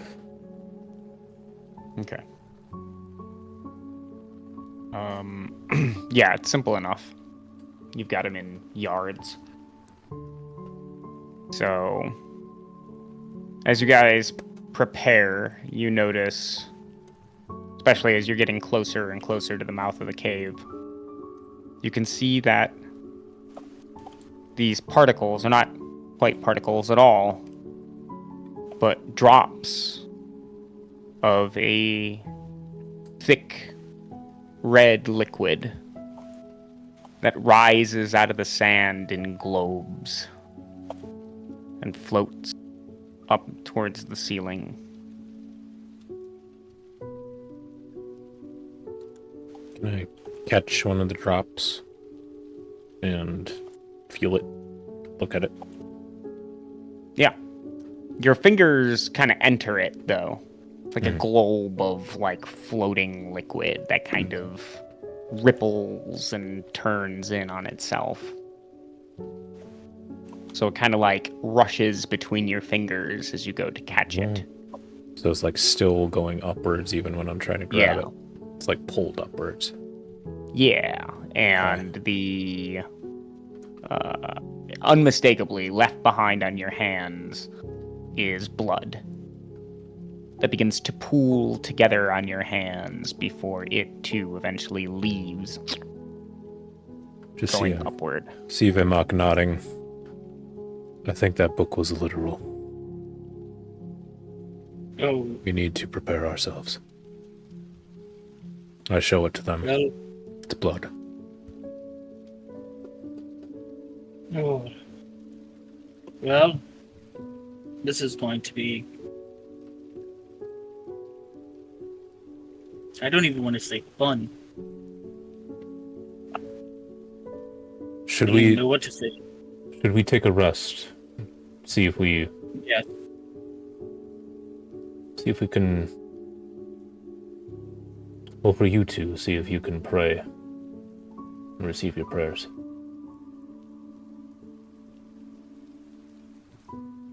I'll try.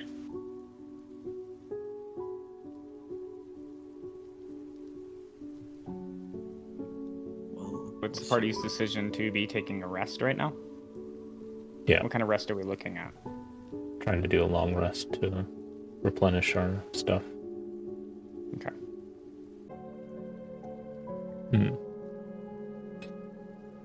If I couldn't go to sleep for millennia, I also would go mad. Oh, yeah, that's Yes. fair. I mean, would a being like this need to sleep? Not here. I mean, just in general. If it's Eldar, then yes. That's why Eldar left. He went to go rest. I guess rest doesn't necessarily mean sleep, but Just means it could just be he was tired of creating things. which is true. But I have to imagine that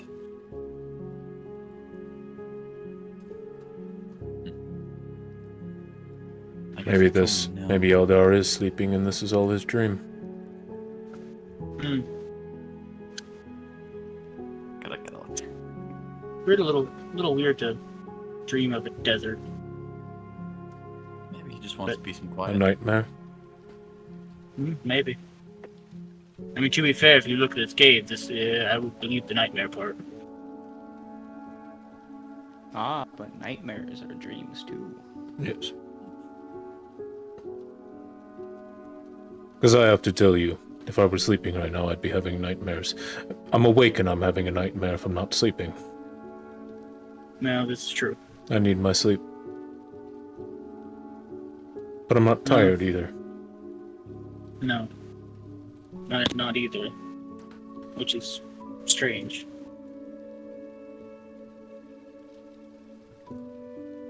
But I think we've rested long enough. I think we need to investigate what's, one, causing all of these drops of blood to be floating upwards, and I guess, more importantly, where it's coming from. Well, you guys approach and look at the ground, and the sand just kind of slightly parts. Right? Whenever a little globule comes up from the ground, the sand just kind of moves out of the way, and the globule floats.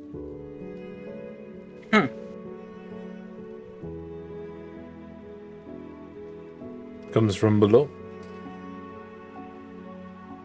Well, considering it said we needed to go one step down, I have a feeling that might be where that blood's from. Let me go in. Oh. Must investigate. You Go into the cave. You guys enter the cave. And even though you get splashed on by these globs of blood that are coming up from underneath you, it never stays on you. It always just kind of beads and rolls off until finally lifting off your pauldron or your shoulder or the back of your neck. It tickles. In a weird way.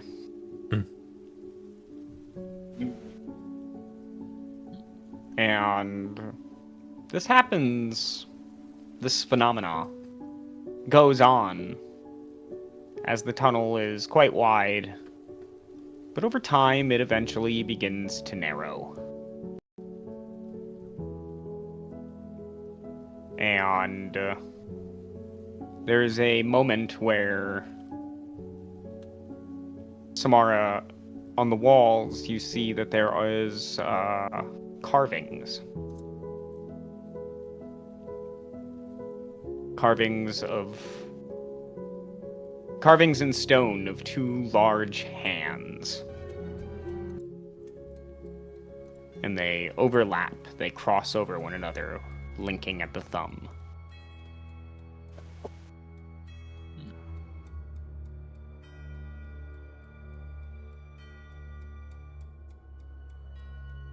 I'm gonna try and emulate the hand position. Okay. Yeah, you And emulate it. I'm gonna make a prayer to Eldar. And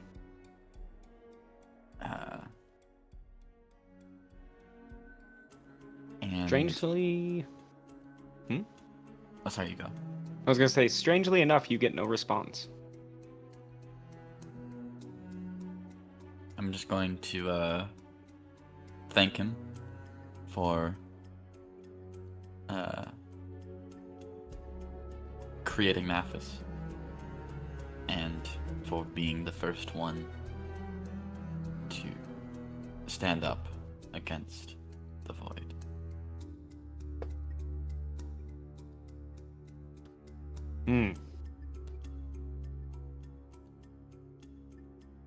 Okay.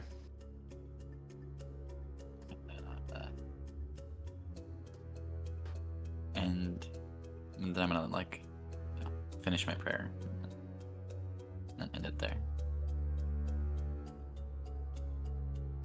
The tunnel begins to narrow more and more.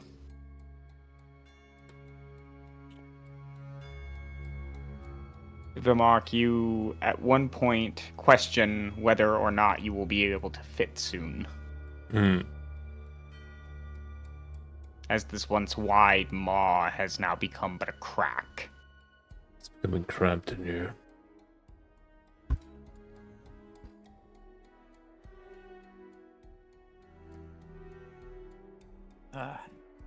Hopefully it doesn't get too. Hopefully this isn't a tunnel to nowhere. If we get to a point where I can't go any further, I'm gonna have to start bashing down the walls. With what? My hands. Hmm. If only we had the ability to make you smaller. Why would you do such a thing? Well, if we still had the To make you pickaxe. fit. You wouldn't be any weaker. You'd just be smaller. Mm.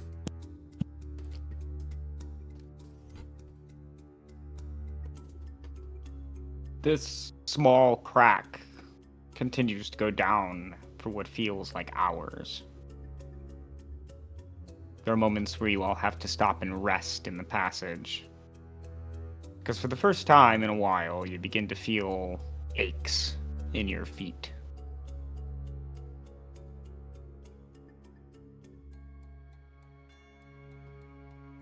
But you press on. Eventually, this crack does widen. But it widens very rapidly. As you toss yourself out of the small crack, maybe even landing on your hands with how much you've had to press to get through. You stumble into a large cavern with what appears to be a large castle. What? That touches from ground to ceiling. And Oh. looks to be formed out of the natural rock. Large statues of what appear to be giants form colonnades down towards this long structure. And there are lights that are slightly floating. Like fireflies, they blink in and out.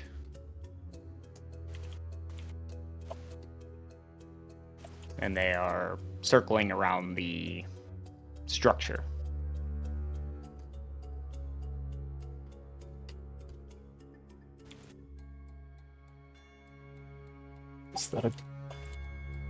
Is that a castle? It seems to be one. Wow.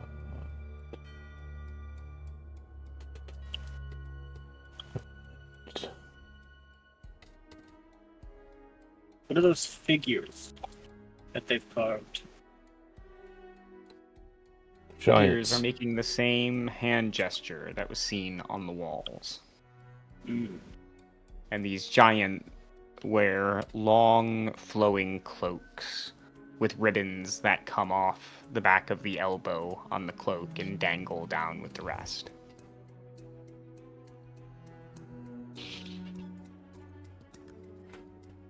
Can we tell what type of giant? Make a nature check. Plus 3, 18. Stone giants. Those are stone giants. Hmm. This is an odd place for a stone giant castle. It's amazing to see one. They're practically extinct. Is this where the remnants of them are, I wonder? Were they trapped here too? If they were trapped here, they built something wonderful. Hmm. I've seen in a couple of villages we have statues, figures, heads. Nothing like this.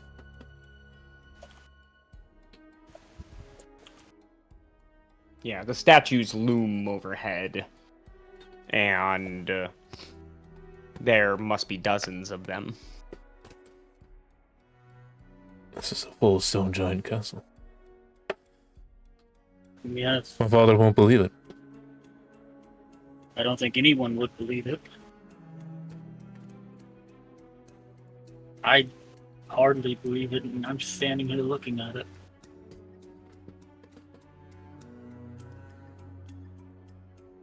Well, shall we go inside? I think we have to.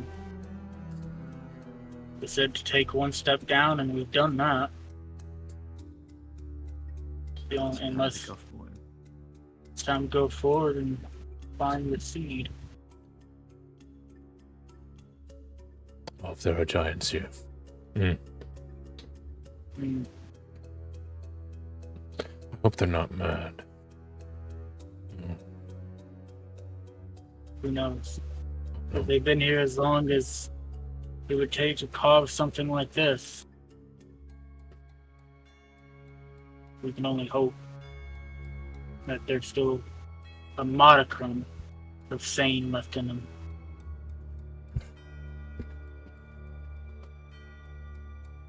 Let's go see. Is it dark in here? Yes. Okay. Samara, could you cast your light?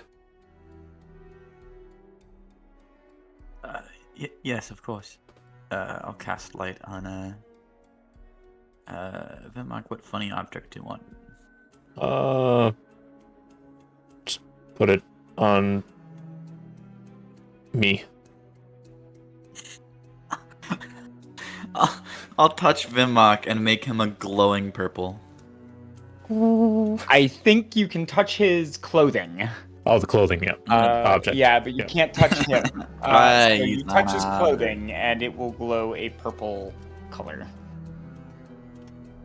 And you all Excellent. make your way towards the castle. Could I, When you... could I use the light spell on his beard? As funny as that would be, no, sadly not. Damn it. As funny as that would be, no. Damn. But you all Get some- approach the castle. Get some beard beads. Yeah. There's a very... Oh, yeah. See, that would work. There is a statue that stands out front of a very large gate made of black stone.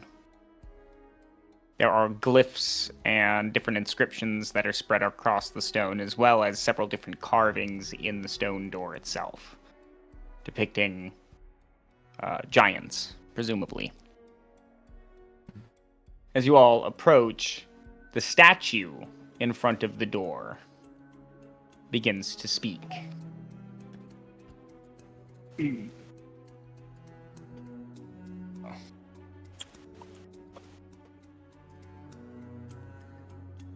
It says,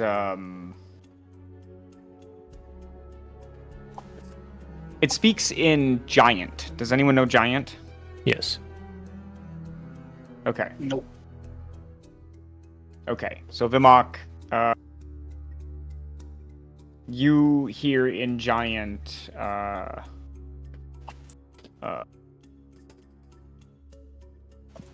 greetings and salutations. This is the Obsidian Library. Offer your knowledge or answer the riddle.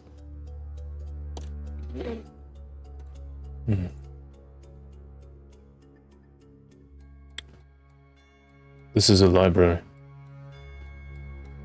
The statue seeks knowledge. What type of knowledge? The Knowledge. scroll knowledge?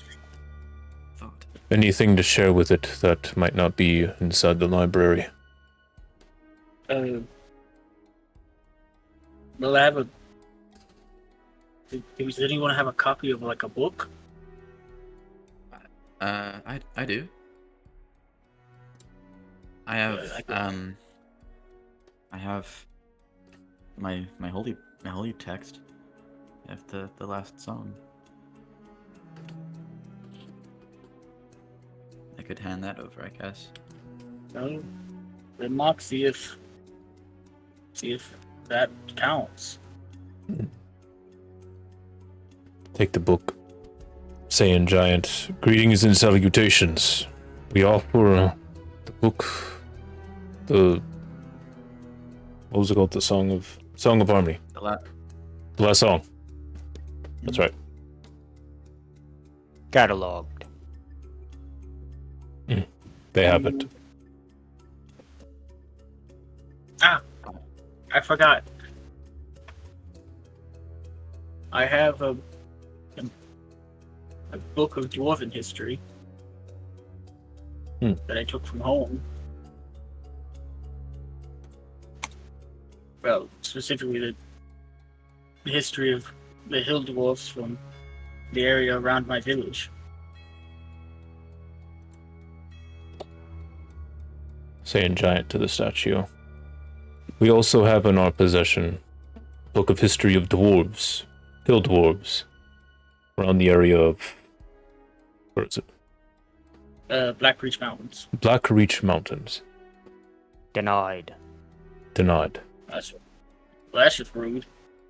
I'll hand him over my diary. Giants do not like dwarves. That's fair. It's a collection Let me of try this. everything I've written since leaving the monastery. Denied. I can understand you. I was presumptuous.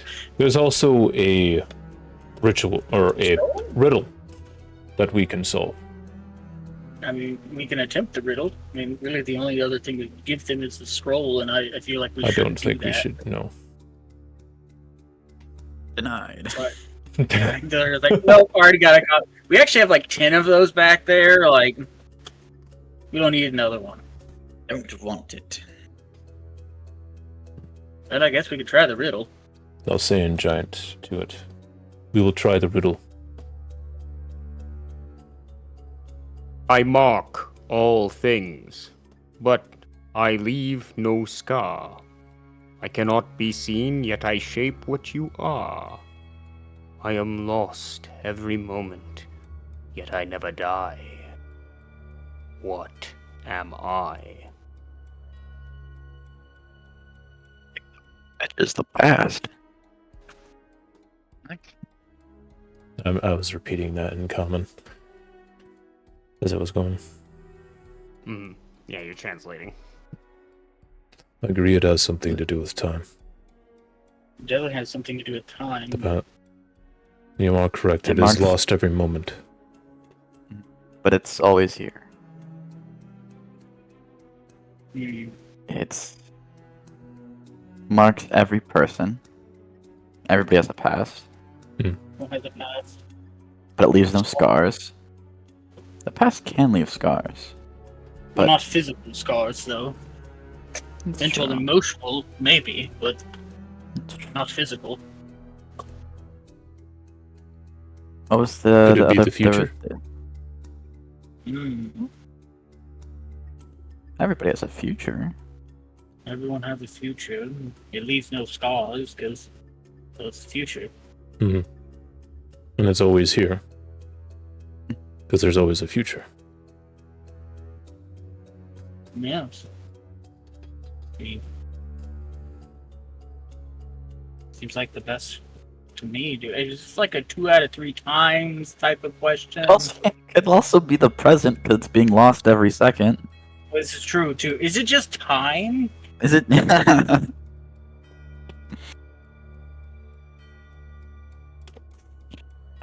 Can you ask the giant how many guesses we have? I'm assuming it is going to be one, but I will ask it. Do we get a do-over? Gracious statue, could you repeat the riddle? I mark all things, but I leave no scar. I cannot be seen, yet I shape what you are. I am lost every moment, yet I never die. What am I? I think it's the future. I think, yeah. But does the future shape what you are? Well, the past would shape you, That shape would what too. you are. See, that's the thing, is like Mark, part of it all could mean things- the future, some of it could be in the present, and some could be in the past. You've no scar.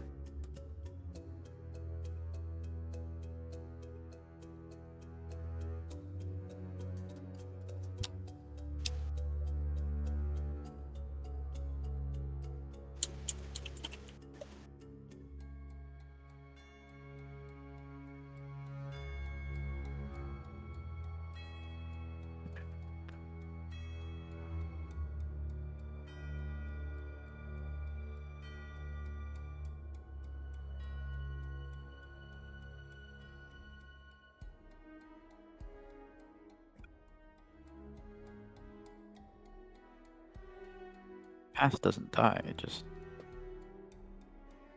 keeps moving.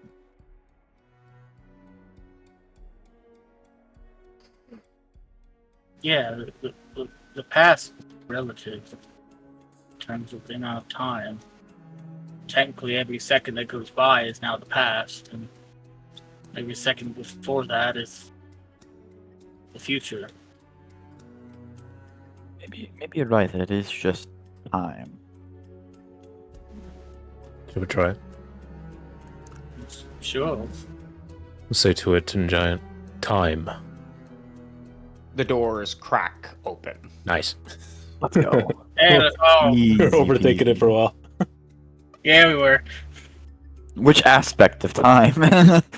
It's just like, which one? The statue's staring back at us like, come on, bitch. You're dancing around it, come on. Vimak No, I bows to the wanted you guys statue. to get it wrong once. Yeah.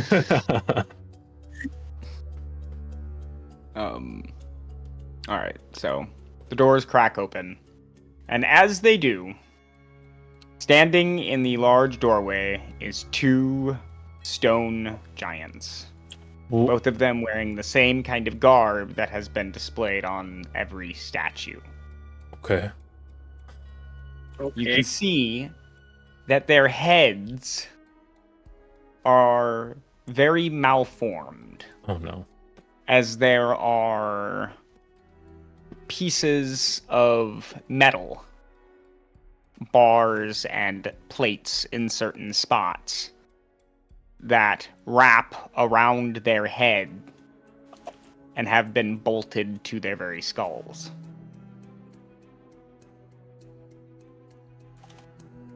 Saying giant greetings. And salutations, they repeat in giant. Welcome to the Obsidian Library. It has been eons since our last visitors. Be welcome.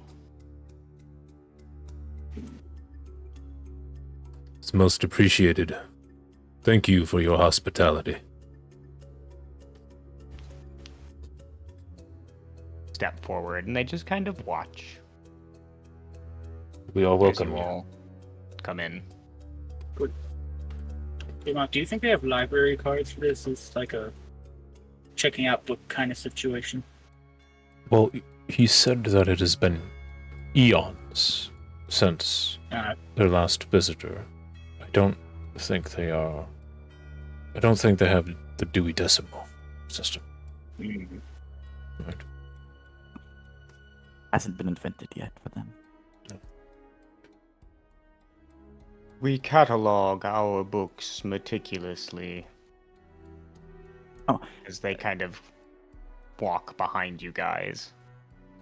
Are they Along the speaking in common? walls are... Yes, now they are. Oh, okay. Along the walls are murals of strange places that have very large mushrooms, and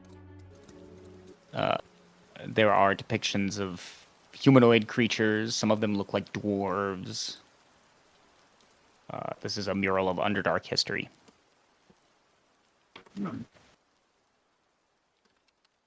And as you all exit out of this entry hallway, which is way longer than it should be, you empty into a large room. Essentially, this entire castle from the outside is just a series of hollowed out chambers, with this one being the largest. And tucked into every corner of it are scrolls, shelves for books. But much of the texts here are inscribed on very large stone tablets. Books and scrolls come in various sizes. Some of these may have been offered to the giants long ago. Others might have been copied. Who knows?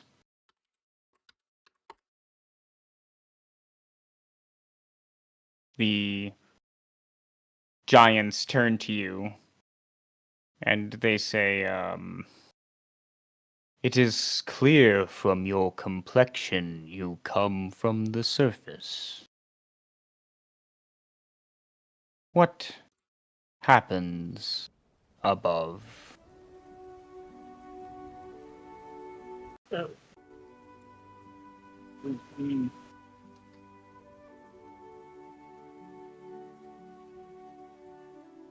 Mm. What do you know of where We you know are? many things. Of where you are? Of That this land that surrounds you? That is the question. Why we ask. This place, this air, it has been poisoned long ago. It wasn't always We like this. wondered if there was change.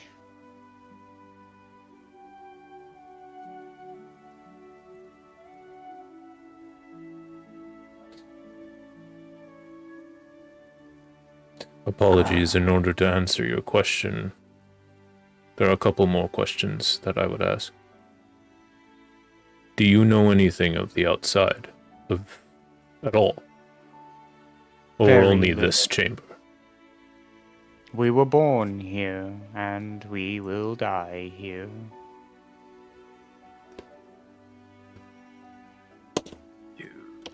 Do you know about the desert outside this temple? Indeed. We were hoping that the sands would have receded by now, but we are sad to hear it has not.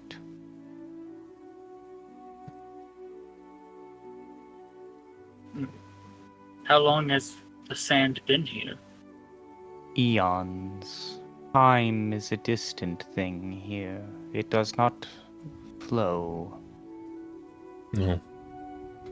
Hmm. Did that begin with the poisoned air? Yes. Indeed it did. It seems as though as one of our theories could be correct. Yes. The last our kin was on the surface. We waged war against mighty dragons and lost. You are something of a new creature, not unknown to us, but first seen.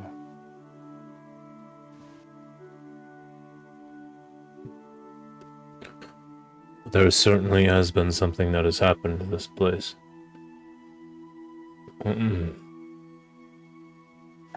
This place is... The absent mind is a strong being.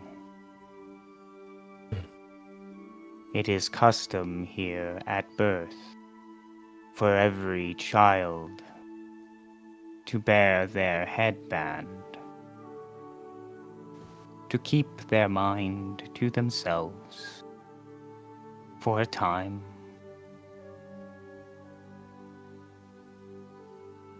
So these, and I point up towards my head, that is to help against the poison? Yes. To keep us safe from the absent mind. The absent mind. Is that what you call the voice? Yes. Why do you call it the absent mind? It has no intention of its own. Its desires are a mystery.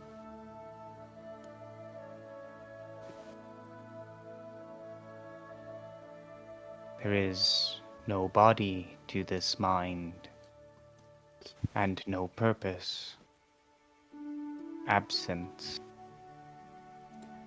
Would you say that this mind, does it sing? Yes, With no mouth? indeed.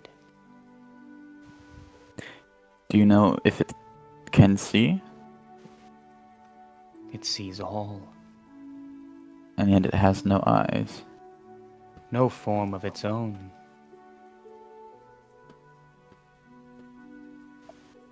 The void. Void.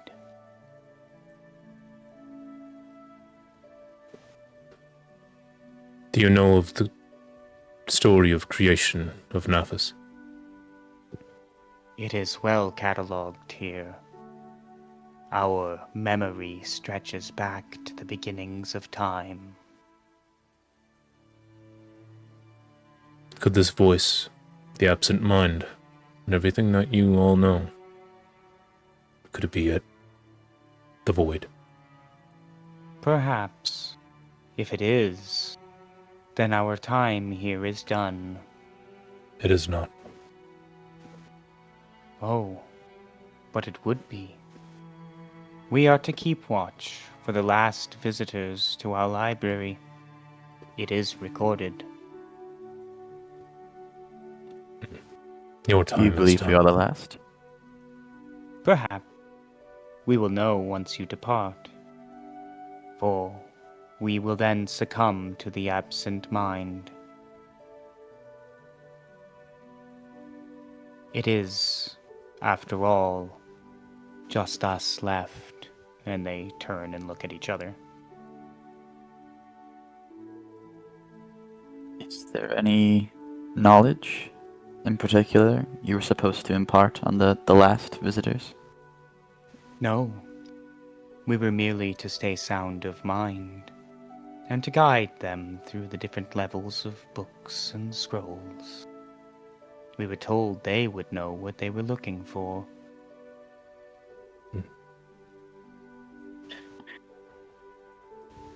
Can you also read scrolls? Indeed, we spend our time reading a many great number of scrolls. It helps pass the void. Can I have the scroll, the prophecy scroll? Hand it over. Can you read this in full? They open it up and take it over to a table. Be careful. This is quite old. Very. Is this new information? Perhaps. They do not unfurl it. They place it on the table, and small glyphs begin to form out of thin air.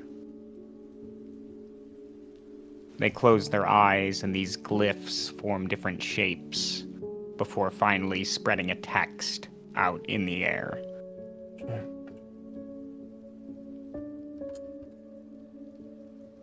They open their eyes and begin to read, but the text is cut off.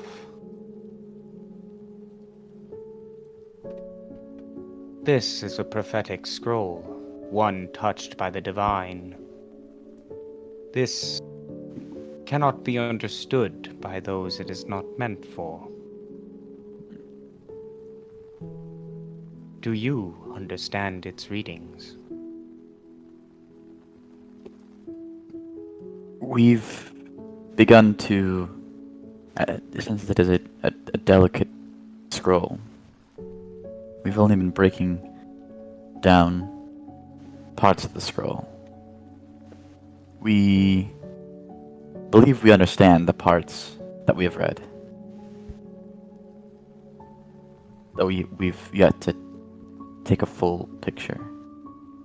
We are curious what lies within such a divinely touched scroll. What knowledge has it imparted on you?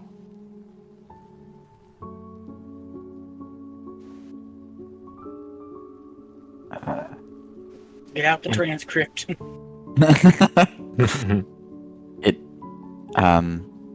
It asks for a group of 3, which we believe to be us, to head into this land.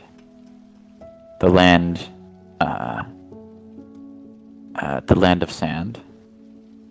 We're meant to go down into a place of thought and ruin, which I believe is this place.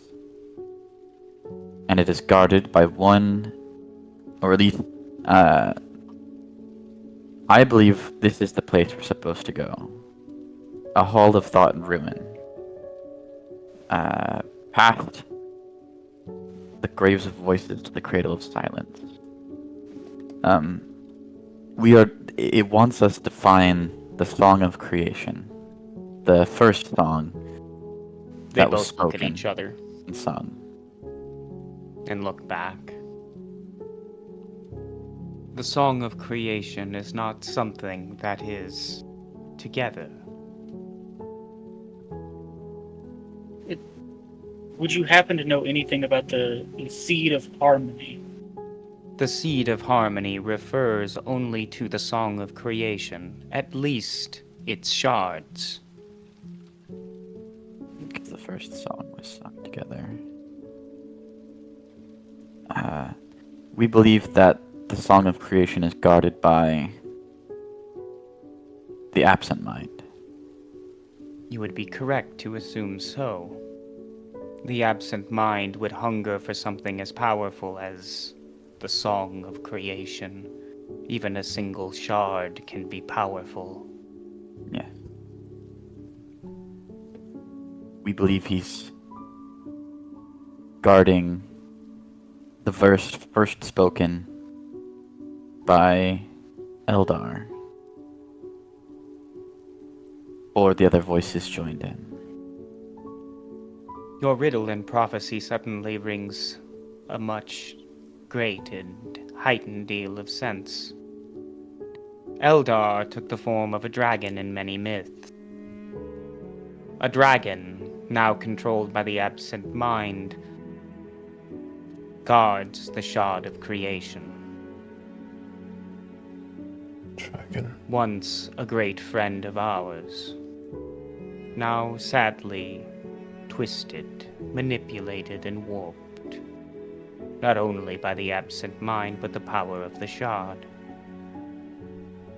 What was its name? Its name is something that we often forget. We have written it down. This place is terrible on the memory.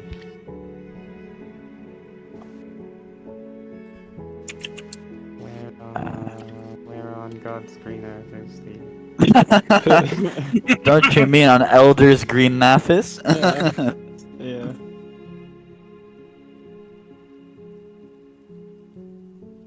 Ah. The dragon's name is Ikorith. We often refer to him now simply as the Shard Keeper.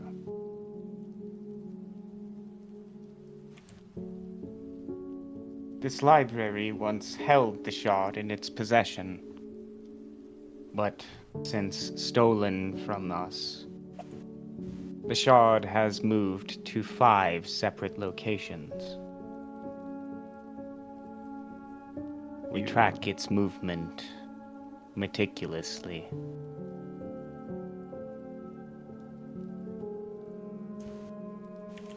Do you know? Can you tell us where the Shardkeeper is now? Yes, he lies at the deepest pit, here at the bottom of the darkest hole. Is that a recent change? Define recent. Fair enough. Would it, oh. How do you describe time to people that don't have time? Would you Fuck. believe that the Shard Keeper would be moving from its current position anytime soon? Perhaps not.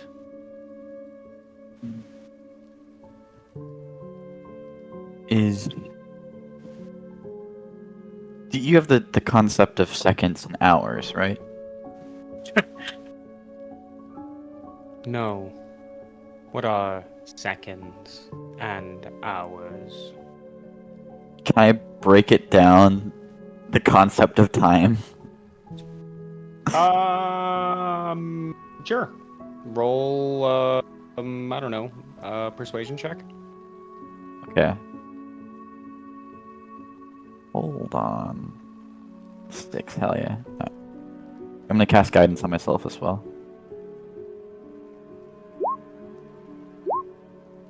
I roll a 24. Okay. So you describe the concept of time. Yes. They respond to you with, "Ah, that is an interesting notion, a strange concept, one that is completely dominated by the perceptions of those who view it. Time exists outside of perception, however, it cannot be seen nor viewed if it is removed. Perception is the key. We were not born with it." Hmm.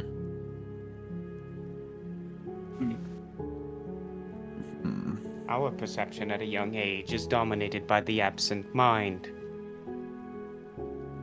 Enough. Well, We are often placed into dark cells until we are but 300 of your years, if our math is correct. How much of our years, in our time, can you estimate how long it has been since the dragon has taken up residence in the chasm? Hmm. where is this Enough. pit? Down. Do you know of a way to go down to get to the pit? Of course, we know a great many things. Could you mark it on our... Could you make a map for us? There are very few tunnels to take if you wish to enter this realm, Of course. and it is a realm of madness. I believe we will have to risk the madness. When you leave this place, all you must do is think of where you want to go. The absent mind will latch onto your thoughts and make it so. Has anything happened to you on the surface? An intent with which you could not explain that seemed easier or more difficult as time passed?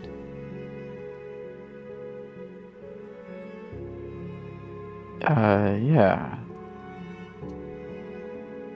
When we began to focus on a direction, it led us to here. Before And your then, mind is already controlled by the absent mind. You will go where it deems you will go,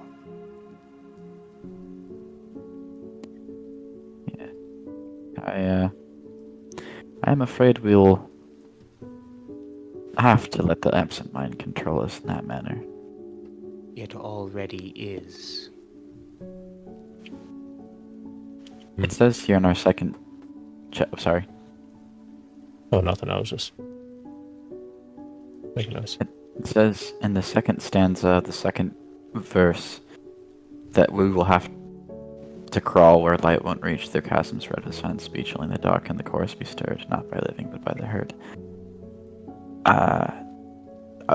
That seems to be the dragon's, the Shardkeeper's residence.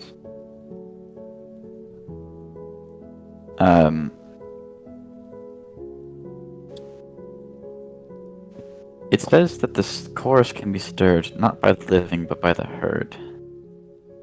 You're alive, right? As far as we know, yes. We appear to be living, breathing flesh, although our skin is much sturdier than yours. Fair enough. Do you know of any in this land that can hear but aren't alive? Life is a thing of perception. It is all based around how you, the perceiver, feels. Do you feel alive? More so now than any other moment. Then perhaps all you have to do is listen. Perhaps you've already completed this portion of the prophecy. We do not have your perception.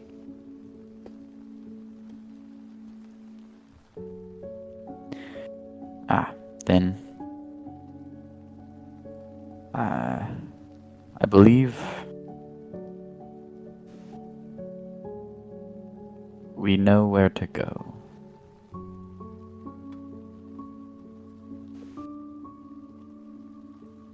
Do you guys have any other questions?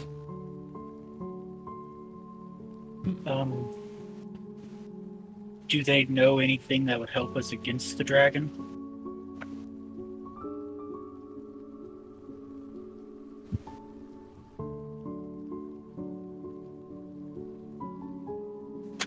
No.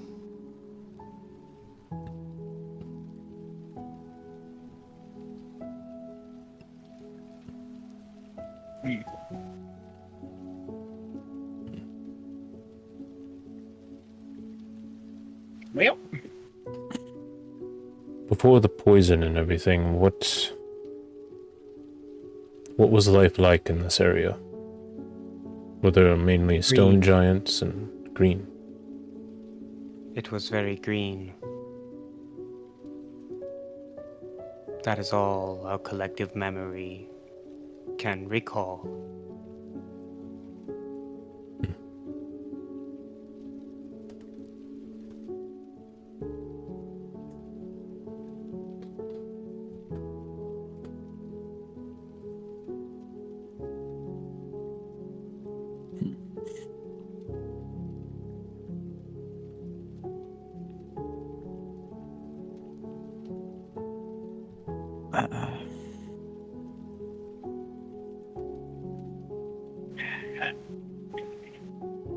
Has the absent mind always resided here? No. At least, not that we are aware of. If it did, it slept soundly.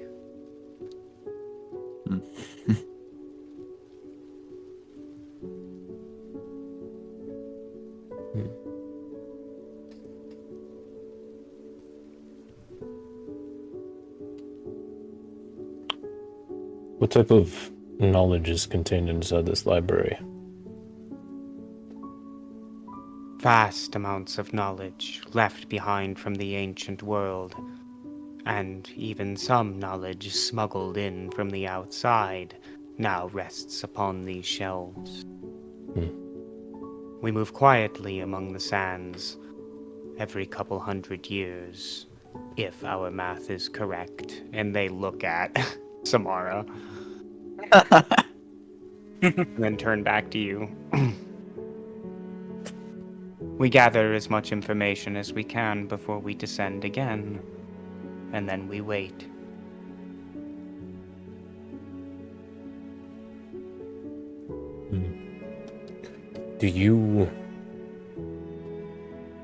Would you be willing to share this knowledge with us to take out of here? If this place is... cannot leave the Obsidian Library. It must remain. For even after we are gone, the knowledge will remain in stone, as is our custom. But you are welcome to peruse anything on the shelves. Can we make copies? Indeed, but the original must be left. If not, the glyphs will become angry. Giant magic. Yes. Can you tell me about this giant magic? It has been spoken amongst my people for some time in mythological fashion. No. I just saw you. Damn.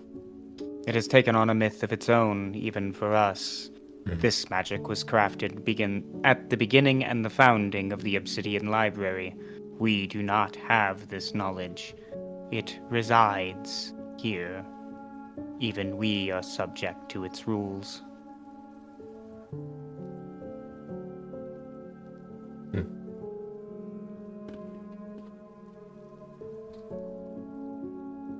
Is there any histories or anything that you would suggest us to read that would give people outside of Pandessia insight to this place?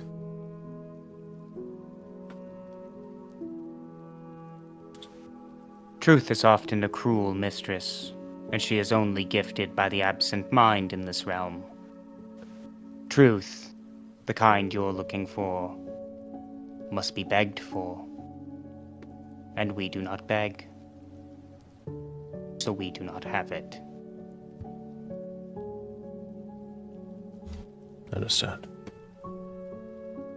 If you wish to give people hope against the absent mind, then tell them to stop sending their people here. It feeds on fear.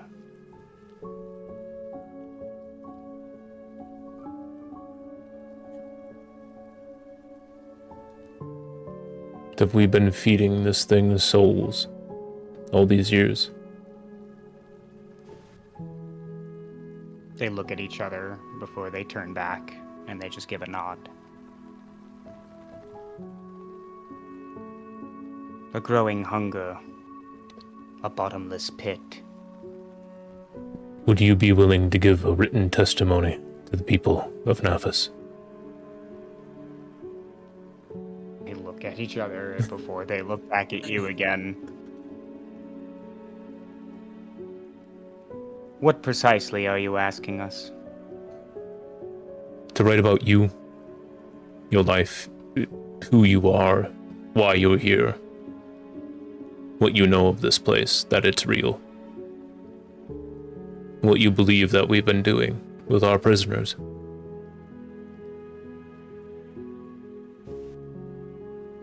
It's the only way to get them to stop.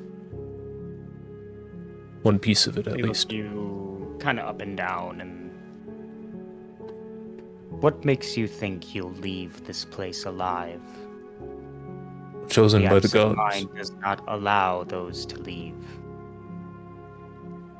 If we are the three pillars of the new world, there will be a way. And if you are the three pillars of the new world, then our minds will crumble the moment you leave this hall.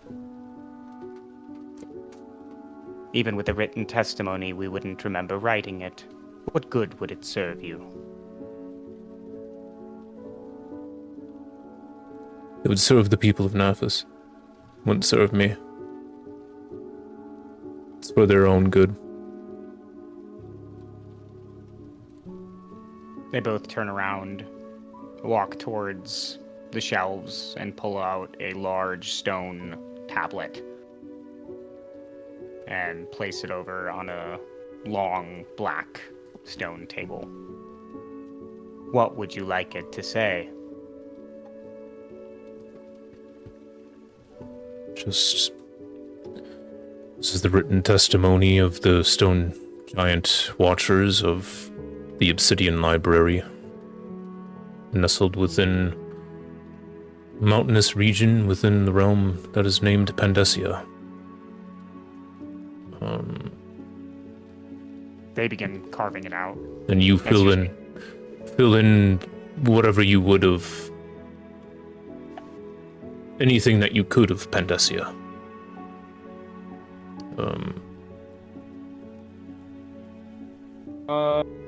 They write on there that time is not a normal thing here. Speak of when the poison arrived and how things changed. Okay. They write about when the absent mind first manifested and Pandessia began to change. And then tie that into our meeting, our discussions, piecing together that it is likely that this entity could be the Void. That you know that this entity is feeding on the fear of those that are sent here. They look at you kind of puzzled. And they say, Void. You believe the absent mind to be the Void. Yes. How?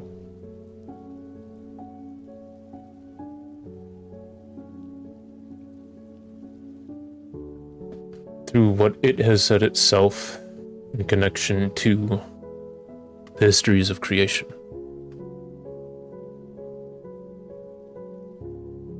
They finish chiseling out your request before, without another word, they walk over to a shelf and pull out a book. A very large book that does not have paper for pages. It's a stone book. Oh. Yeah. Okay. And they put it down on the table and begin flipping through it. And they come to a specific spot before they call you all over. And you guys almost have to climb up onto the table to see, except for Vimak. You can probably see.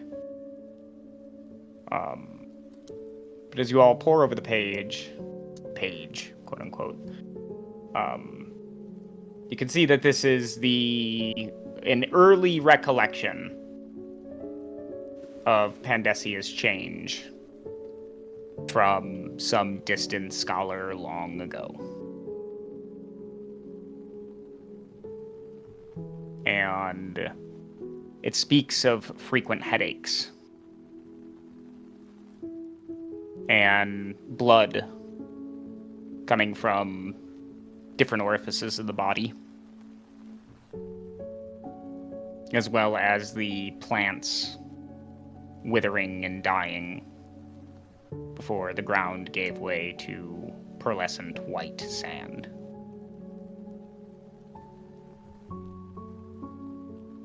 As the landscape began to finalize in its change, the headaches became so frequent and so painful that retreating underground was the only thing the stone giants could think to do, especially as they were losing the war against the dragons on the surface.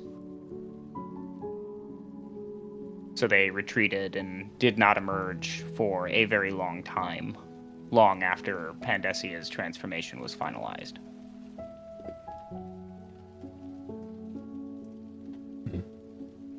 These two appear to be the last two from what was once a long and great order.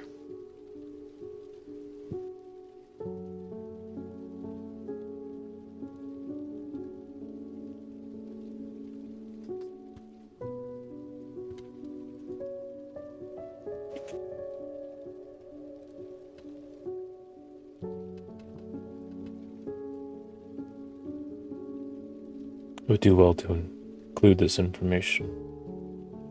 We'll record it too. Yes.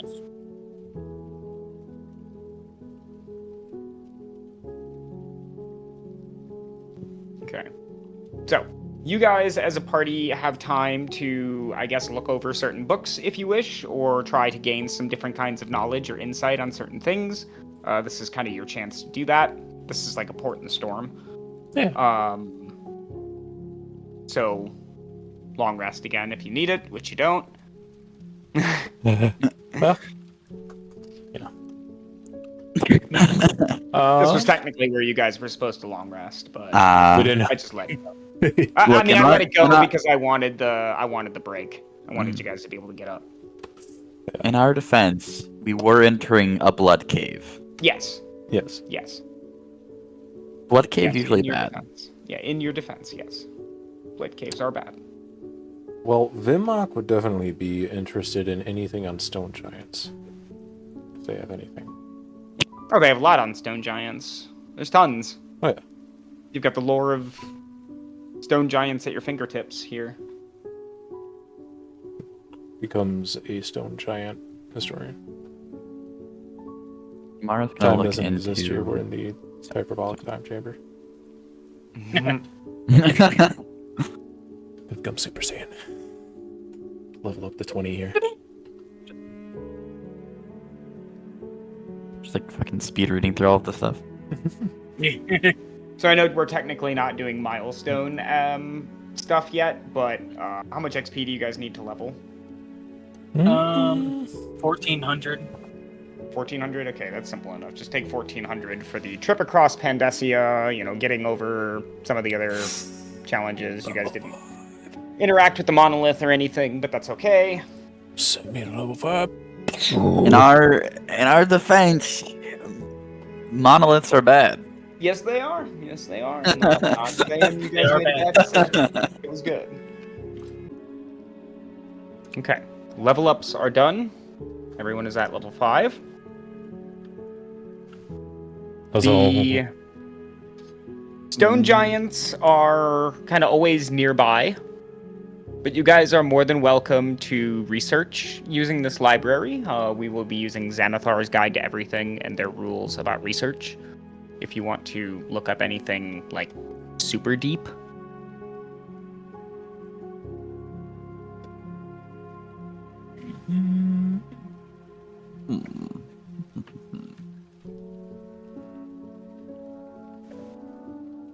Do they know of any cool songs?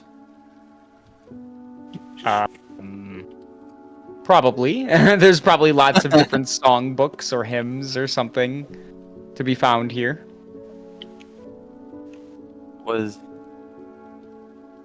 What was the stone giant's favorite song? And can you teach it to me on the lute? No and no. Yeah. They do not remember. Yeah. Yeah. This place does that to you.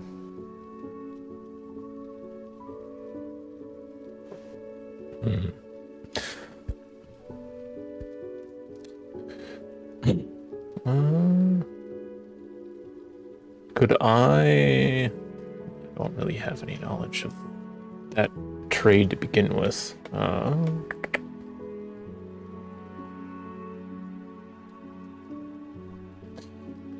Do they have any ancient boat schematics that seem like it could be something that could be implemented that would be better than what we have now? A boat schematic. Yeah, or anything on boats that could be used to improve what we have. Sadly, no. Okay. The stone giants were not known to be apt sailors. Right. Oh, sadly not. Do they have any books on like forging or metal creation that's better than the iron tools that we use? Okay, well that will take some Fine-crafted research. stuff. Yeah, that will take some research. That's kind of along the line I was originally thinking. So I guess I would help how I can without having knowledge of the process to begin with, which would be very little. So little Yeah. help, but So why don't you just give me, one of you give me an intelligence check with advantage. Okay. You can use investigation if you want. It's fine. Shit. thank 11. I There is a series of texts that you will discover that talk about forging mithril, Okay. but mithril is exceptionally rare.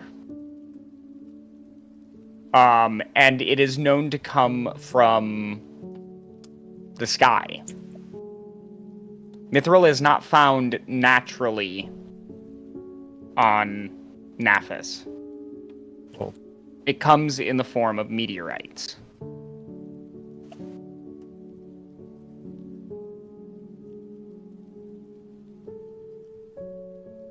Okay. So there's also a couple of recorded times in there of like different meteorites that struck, but when you're looking at the time, like the dates, they make absolutely zero sense to you. Okay. You have no idea where to place this in time. Yeah, so there wouldn't even be a reason to look at like the locations they're at because they're probably either not there anymore. I mean, judging by how old this order is, the entire continent could have shifted. The very seas themselves could be lowered or risen. Yeah.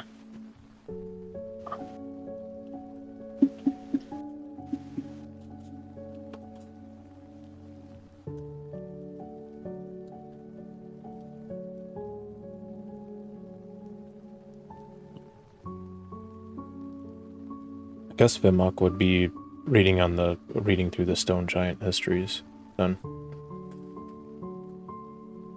Okay. Just out of his own curiosity and like being from the north up there and people talking about giants and stuff. Yeah. Well, the stone giants are said to have emerged from the very rock of the mountains. The leftover rock from all the dwarves digging is said to have been like an area where giants would have come out of. This is not like their first being. They are far older than that, but, you know, some myths state that when dwarves would dig and they would deposit the stone that they were removing out onto the surface, giants would be birthed from the large rock piles. But their history goes back far, far longer.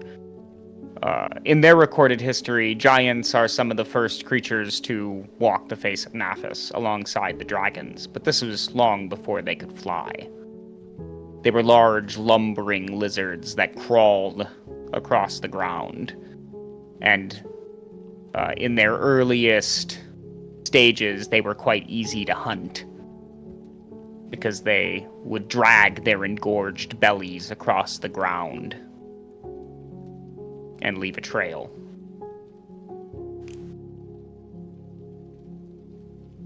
But as the decades turned into millennias, the dragons developed flight.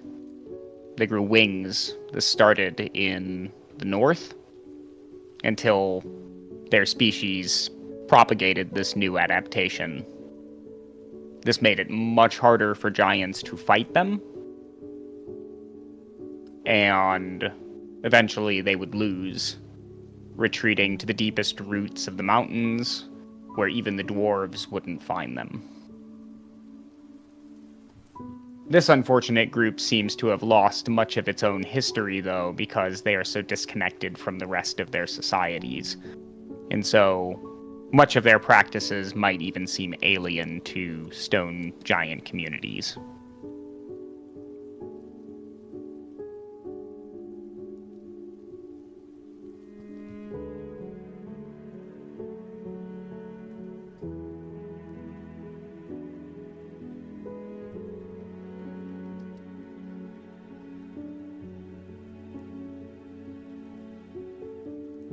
Very cool.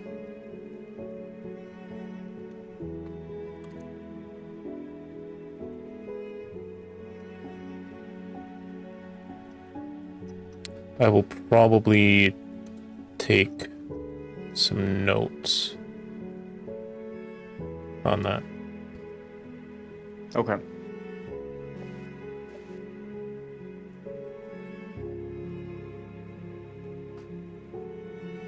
Now, I would love to tell you guys how long you spend here. Yeah. However, as we've already pointed out, time does not necessarily move in a very linear line here. Yeah. And it can be quite annoying, especially when you're doing research. Because sometimes you find yourself reading the same page before you realize, I've already read this.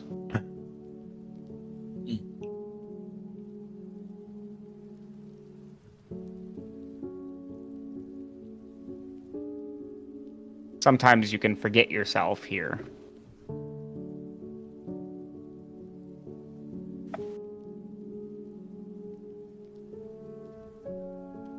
Well, What if, I've what- researched. Go on. I just thought, what if we return from Pandessia in like 10 years have gone by? Well, hopefully when we get back, it's not any worse than what we left.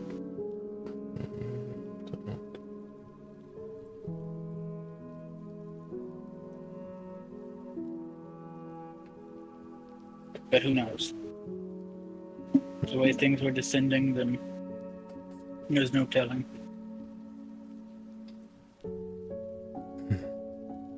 I feel as though we've spent adequate time here. How about you? Yes, it's time.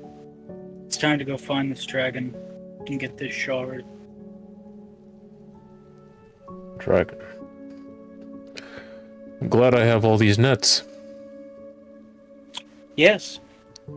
Need to tie some large stones on them.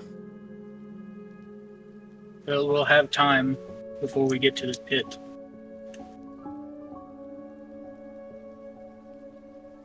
Yes. There'll be another question that we'll get there, how we're going to get into it, but we'll worry about that later. For now, we need to start making our way there. We just have to think to descend, and then we can. We better start thinking. Are the giants by us within earshot? Yeah, they're around. Okay. You two. The Saiyan giant. They turn to you. If we leave here and you go mad, if we are able to return and we find you in that state, we could put you to rest. You may do as you see fit. Our minds will not be our own. We will already be dead. But your soul, what would happen to that when you lose It your would mind? return. Would it still not be here? We hope not.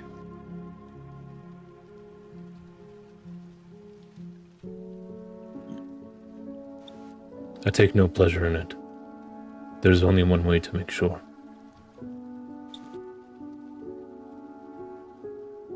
I would not leave you here like that.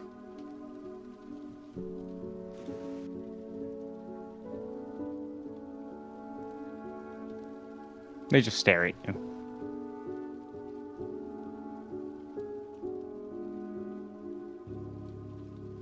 What do you two think? Is it something am I wrong to think this?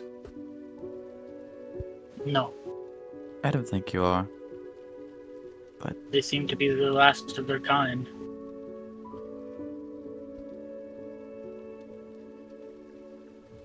Who's to say whenever we leave and they go mad, who knows what we'll come back to? I think if you wish to grant them peace, and they're amenable to it. It'd be better now. Perhaps there's a different way. At the end of this road, when we've accomplished everything that we have come to do, There might be. they might be We freed. can hope. The thought of being trapped in your body, forced to go mad, unable to obtain rest, seems unbearable. It is prophecy. It is unfortunate. Much of prophecy is unfortunate for those who are not the bearers of its truth. Aye.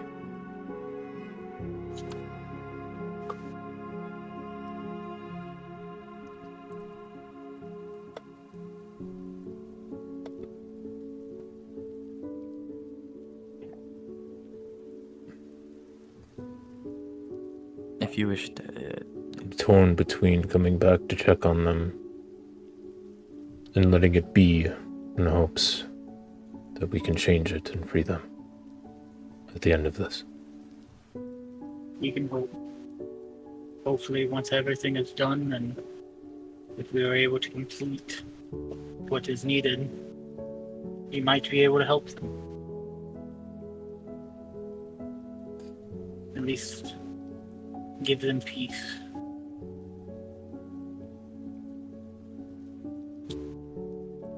But for now, we need to get on the road. Wait, So hopefully, we have something for you. hmm, They produce a stone. One of... It kind of glows like a purple. And one of the giants holds it out towards Vimak. What is this? A glyph. Take. A magic ward. One derived from the very magics that protect these halls. Use it in your adventures. It is a small token from us. Perhaps you will remember us in the future, as we are. This gift is received with much gratitude.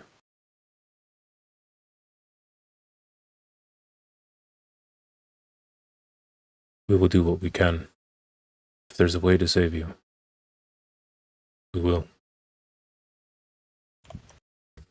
They smile. You have our gratitude.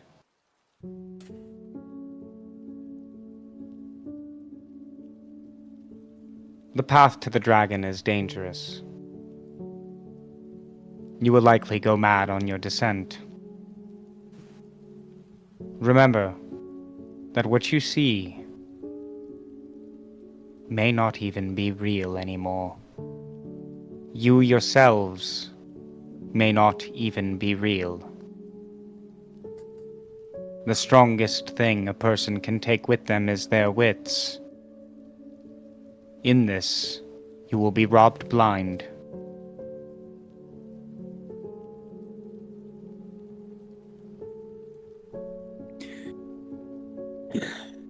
As you said, it is prophecy. You will need to go mad. Then we would suggest using the back of the keep. It leads to a secluded tunnel that goes deeper down. This tunnel, its origins lie with Icorith, the Shard Keeper. He dug it on his deepest descent after stealing the shard. We have since cleaned it up, and it now serves as a passage into the deeper dark.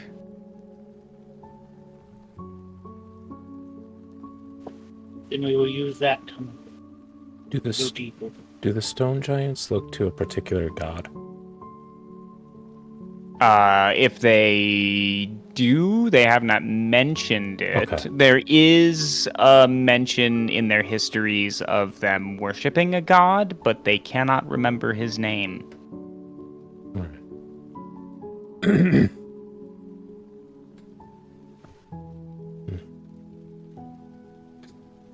They seem all logic now. Okay. Very little faith. I look to them, say, your history spoke of a god that your people once worshipped. You cannot remember his name. But before we leave, if it is your desire, call out to him. Doesn't have to be a name. He'll hear you.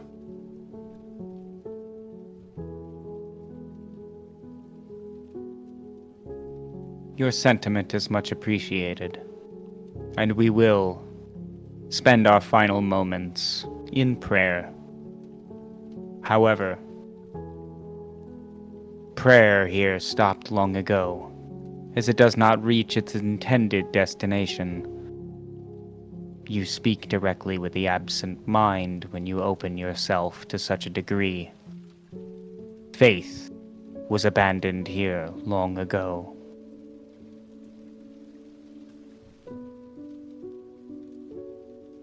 Perhaps just keep it in your heart. Perhaps.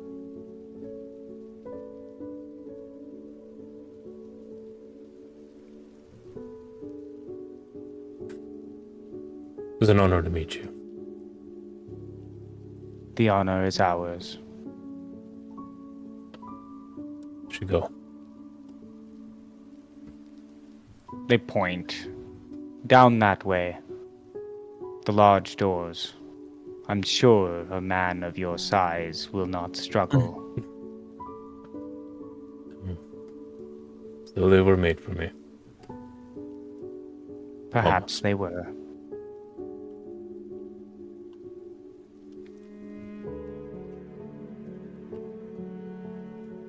Bye.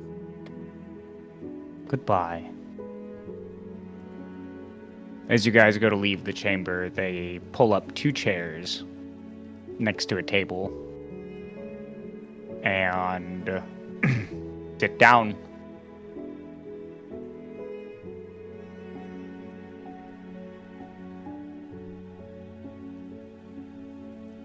Making it down the back passage, there is a large door. Vimak, roll me a strength athletics check to open the door. You may do so with advantage, because I'm sure Melrigg will help you if you go to struggle. Yeah. Well. Athletics? 16. Alright. The door opens begrudgingly, right? Okay. Okay. But you get it open enough to the point where you guys can slip in. And you are now in the back courtyard of this keep, which looks like it has long lost its tending. And as you guys pass down the rows of statues, they eventually fade away into a large cavern that has mushrooms, crystals, different bioluminescence coming off of them, providing small sources of light as you all travel forward.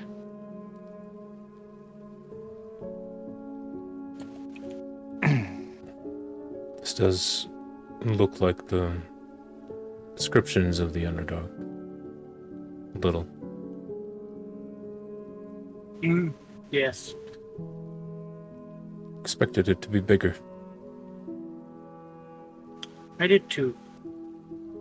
To be fair, we are only in a passageway. Right. I feel if we actually entered the Underdark proper, it would probably be larger than we expect. But for now,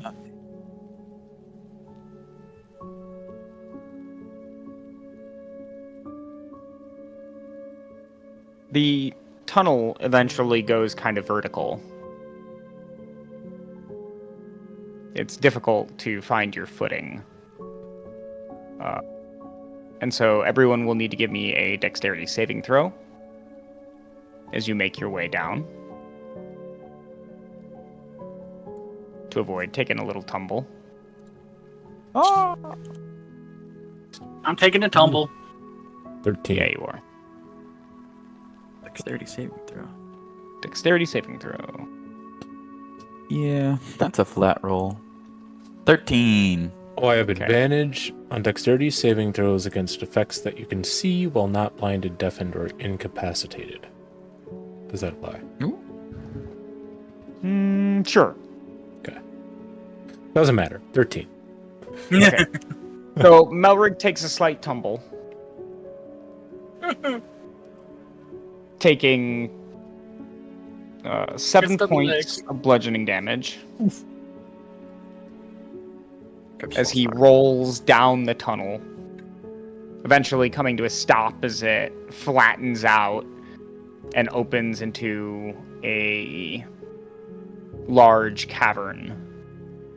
And the first thing that hits you, Melrigg, as you go to get up off the ground is the humidity down here.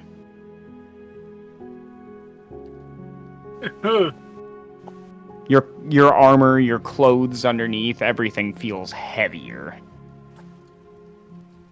Oh, why don't? Oh God! I think Uh, we're somewhere. It's humid. The rest of the party descends, and you guys find yourselves at the entrance, an ornate entrance decorated by maybe the stone giants, as it looks to have the same kind of stone architecture and these arches that go forward. You find yourself at the entrance of a large fungal forest, each of them glowing a kind of blue or purple. Well, I think we're in the Underdark now. Yes. Well, this looks about right. It's very humid down here. Look at all of these. Look at that one. It's so impressive. Very impressive. Never seen fungus this big.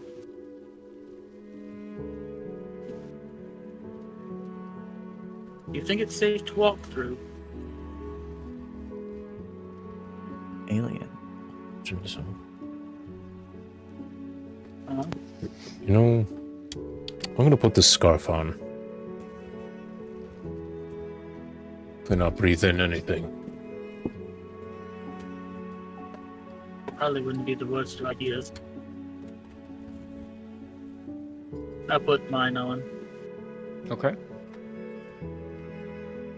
Well, Samara, do you put yours on? Yeah, I'll put mine on. Okay. I guess we should start making our way through this.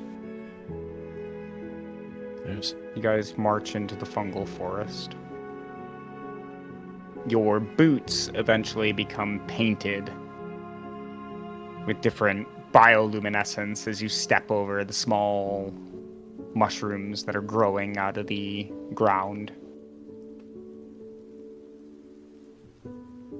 Makes this kind of squishing noise as you go for miles. Stopping and resting intermittently in between.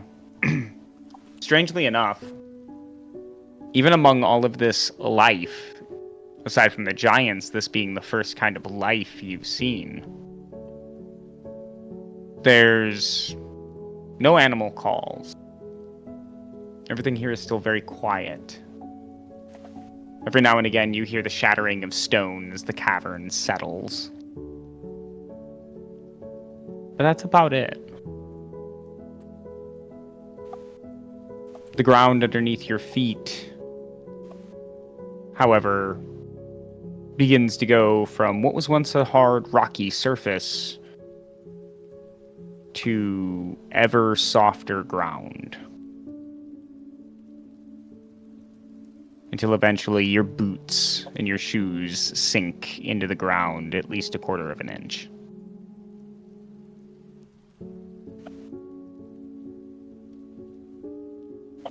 It's getting really soft. Jeez.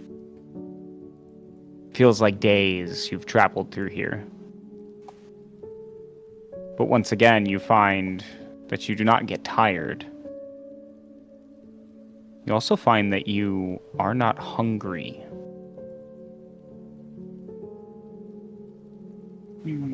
Perhaps it's been days since you've eaten.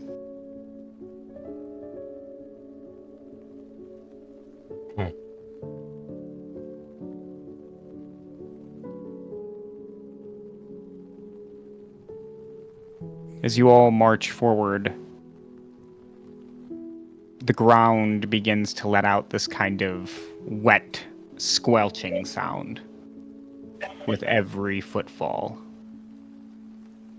Are we walking through a marsh? And you begin to see splotches of pink and red in the ground. Oh. As you guys crest up over a small hill at the edge of the fungal forest, your heart sinks. There's a moment of horror as the ground before you begins to let out gases from deeper below, not through rocky holes, but through fleshy vents that begin to dominate the ground. The walls and the floors of this large cavern almost seem to become infected with a kind of fleshy growth as it begins to cover everything the farther you go. The mushrooms disappear and are replaced with hills made quite literally out of flesh.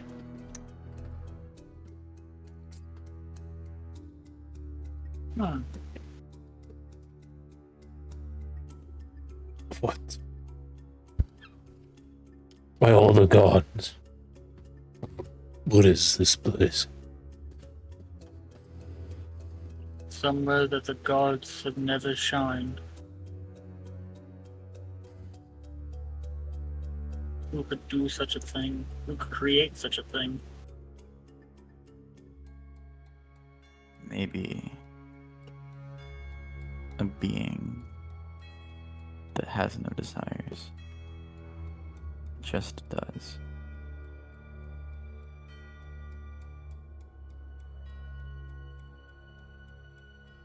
Perhaps we found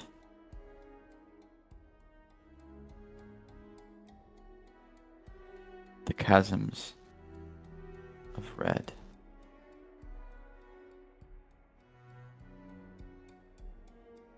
I think so. I do believe so.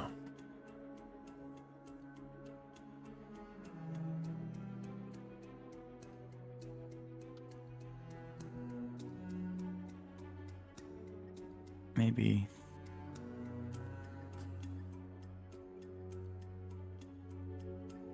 As you guys crest down over the hill in shock and awe over what you're seeing, a large blood lake spans in front of you, steam rising off of its surface as it boils.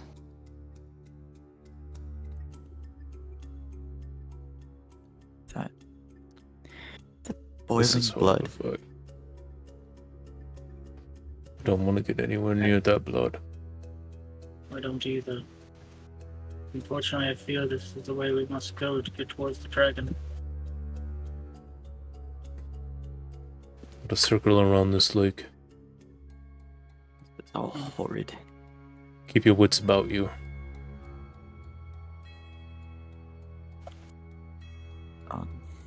try. Stay close to each other.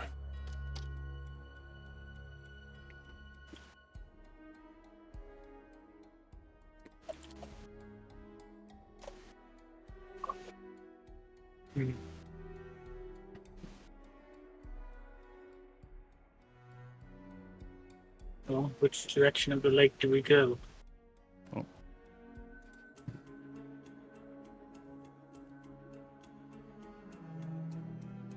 I think we have to go. The chasms of red that are silent with speech. Wait. Let me check the compass. Let me see if the compass has anything for us. You Of course. flip the compass open, and its dial does not move. Well, that's not probably good.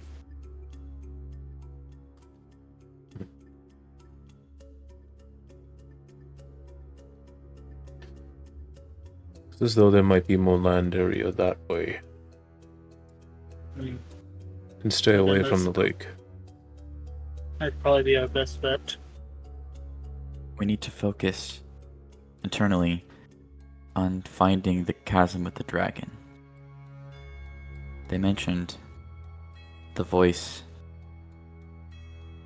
will lead us there if we just believe, if we just focus. It'll make that path so.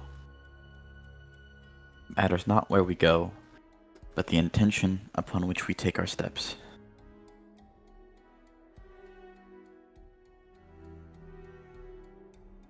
So let's just focus on finding the dragon.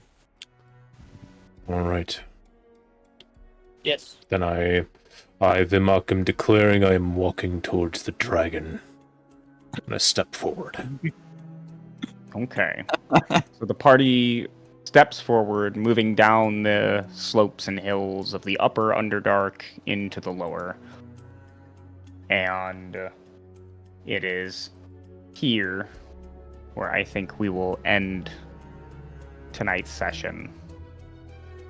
As the party ventures into these blood fields, the voice of the absent mind will respond to Vimak's declaration. Maybe not directly to the party, but possibly to the larger and overarching story where he says, "You have always been mine. You may call your actions fate, but I call it recall."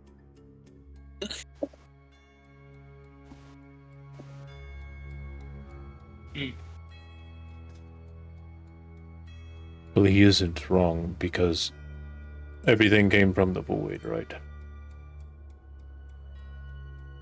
Recalling Mathis. Yes. He is.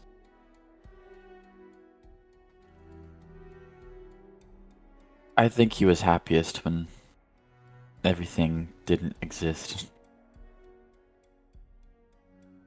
When he was infinite and didn't have to share space. You were probably not wrong. He was probably not thrilled with the added noise to the universe.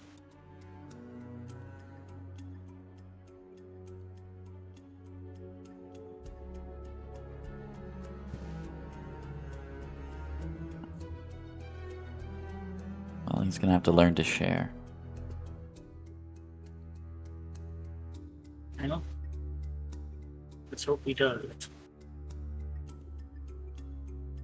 He's had a couple millennia.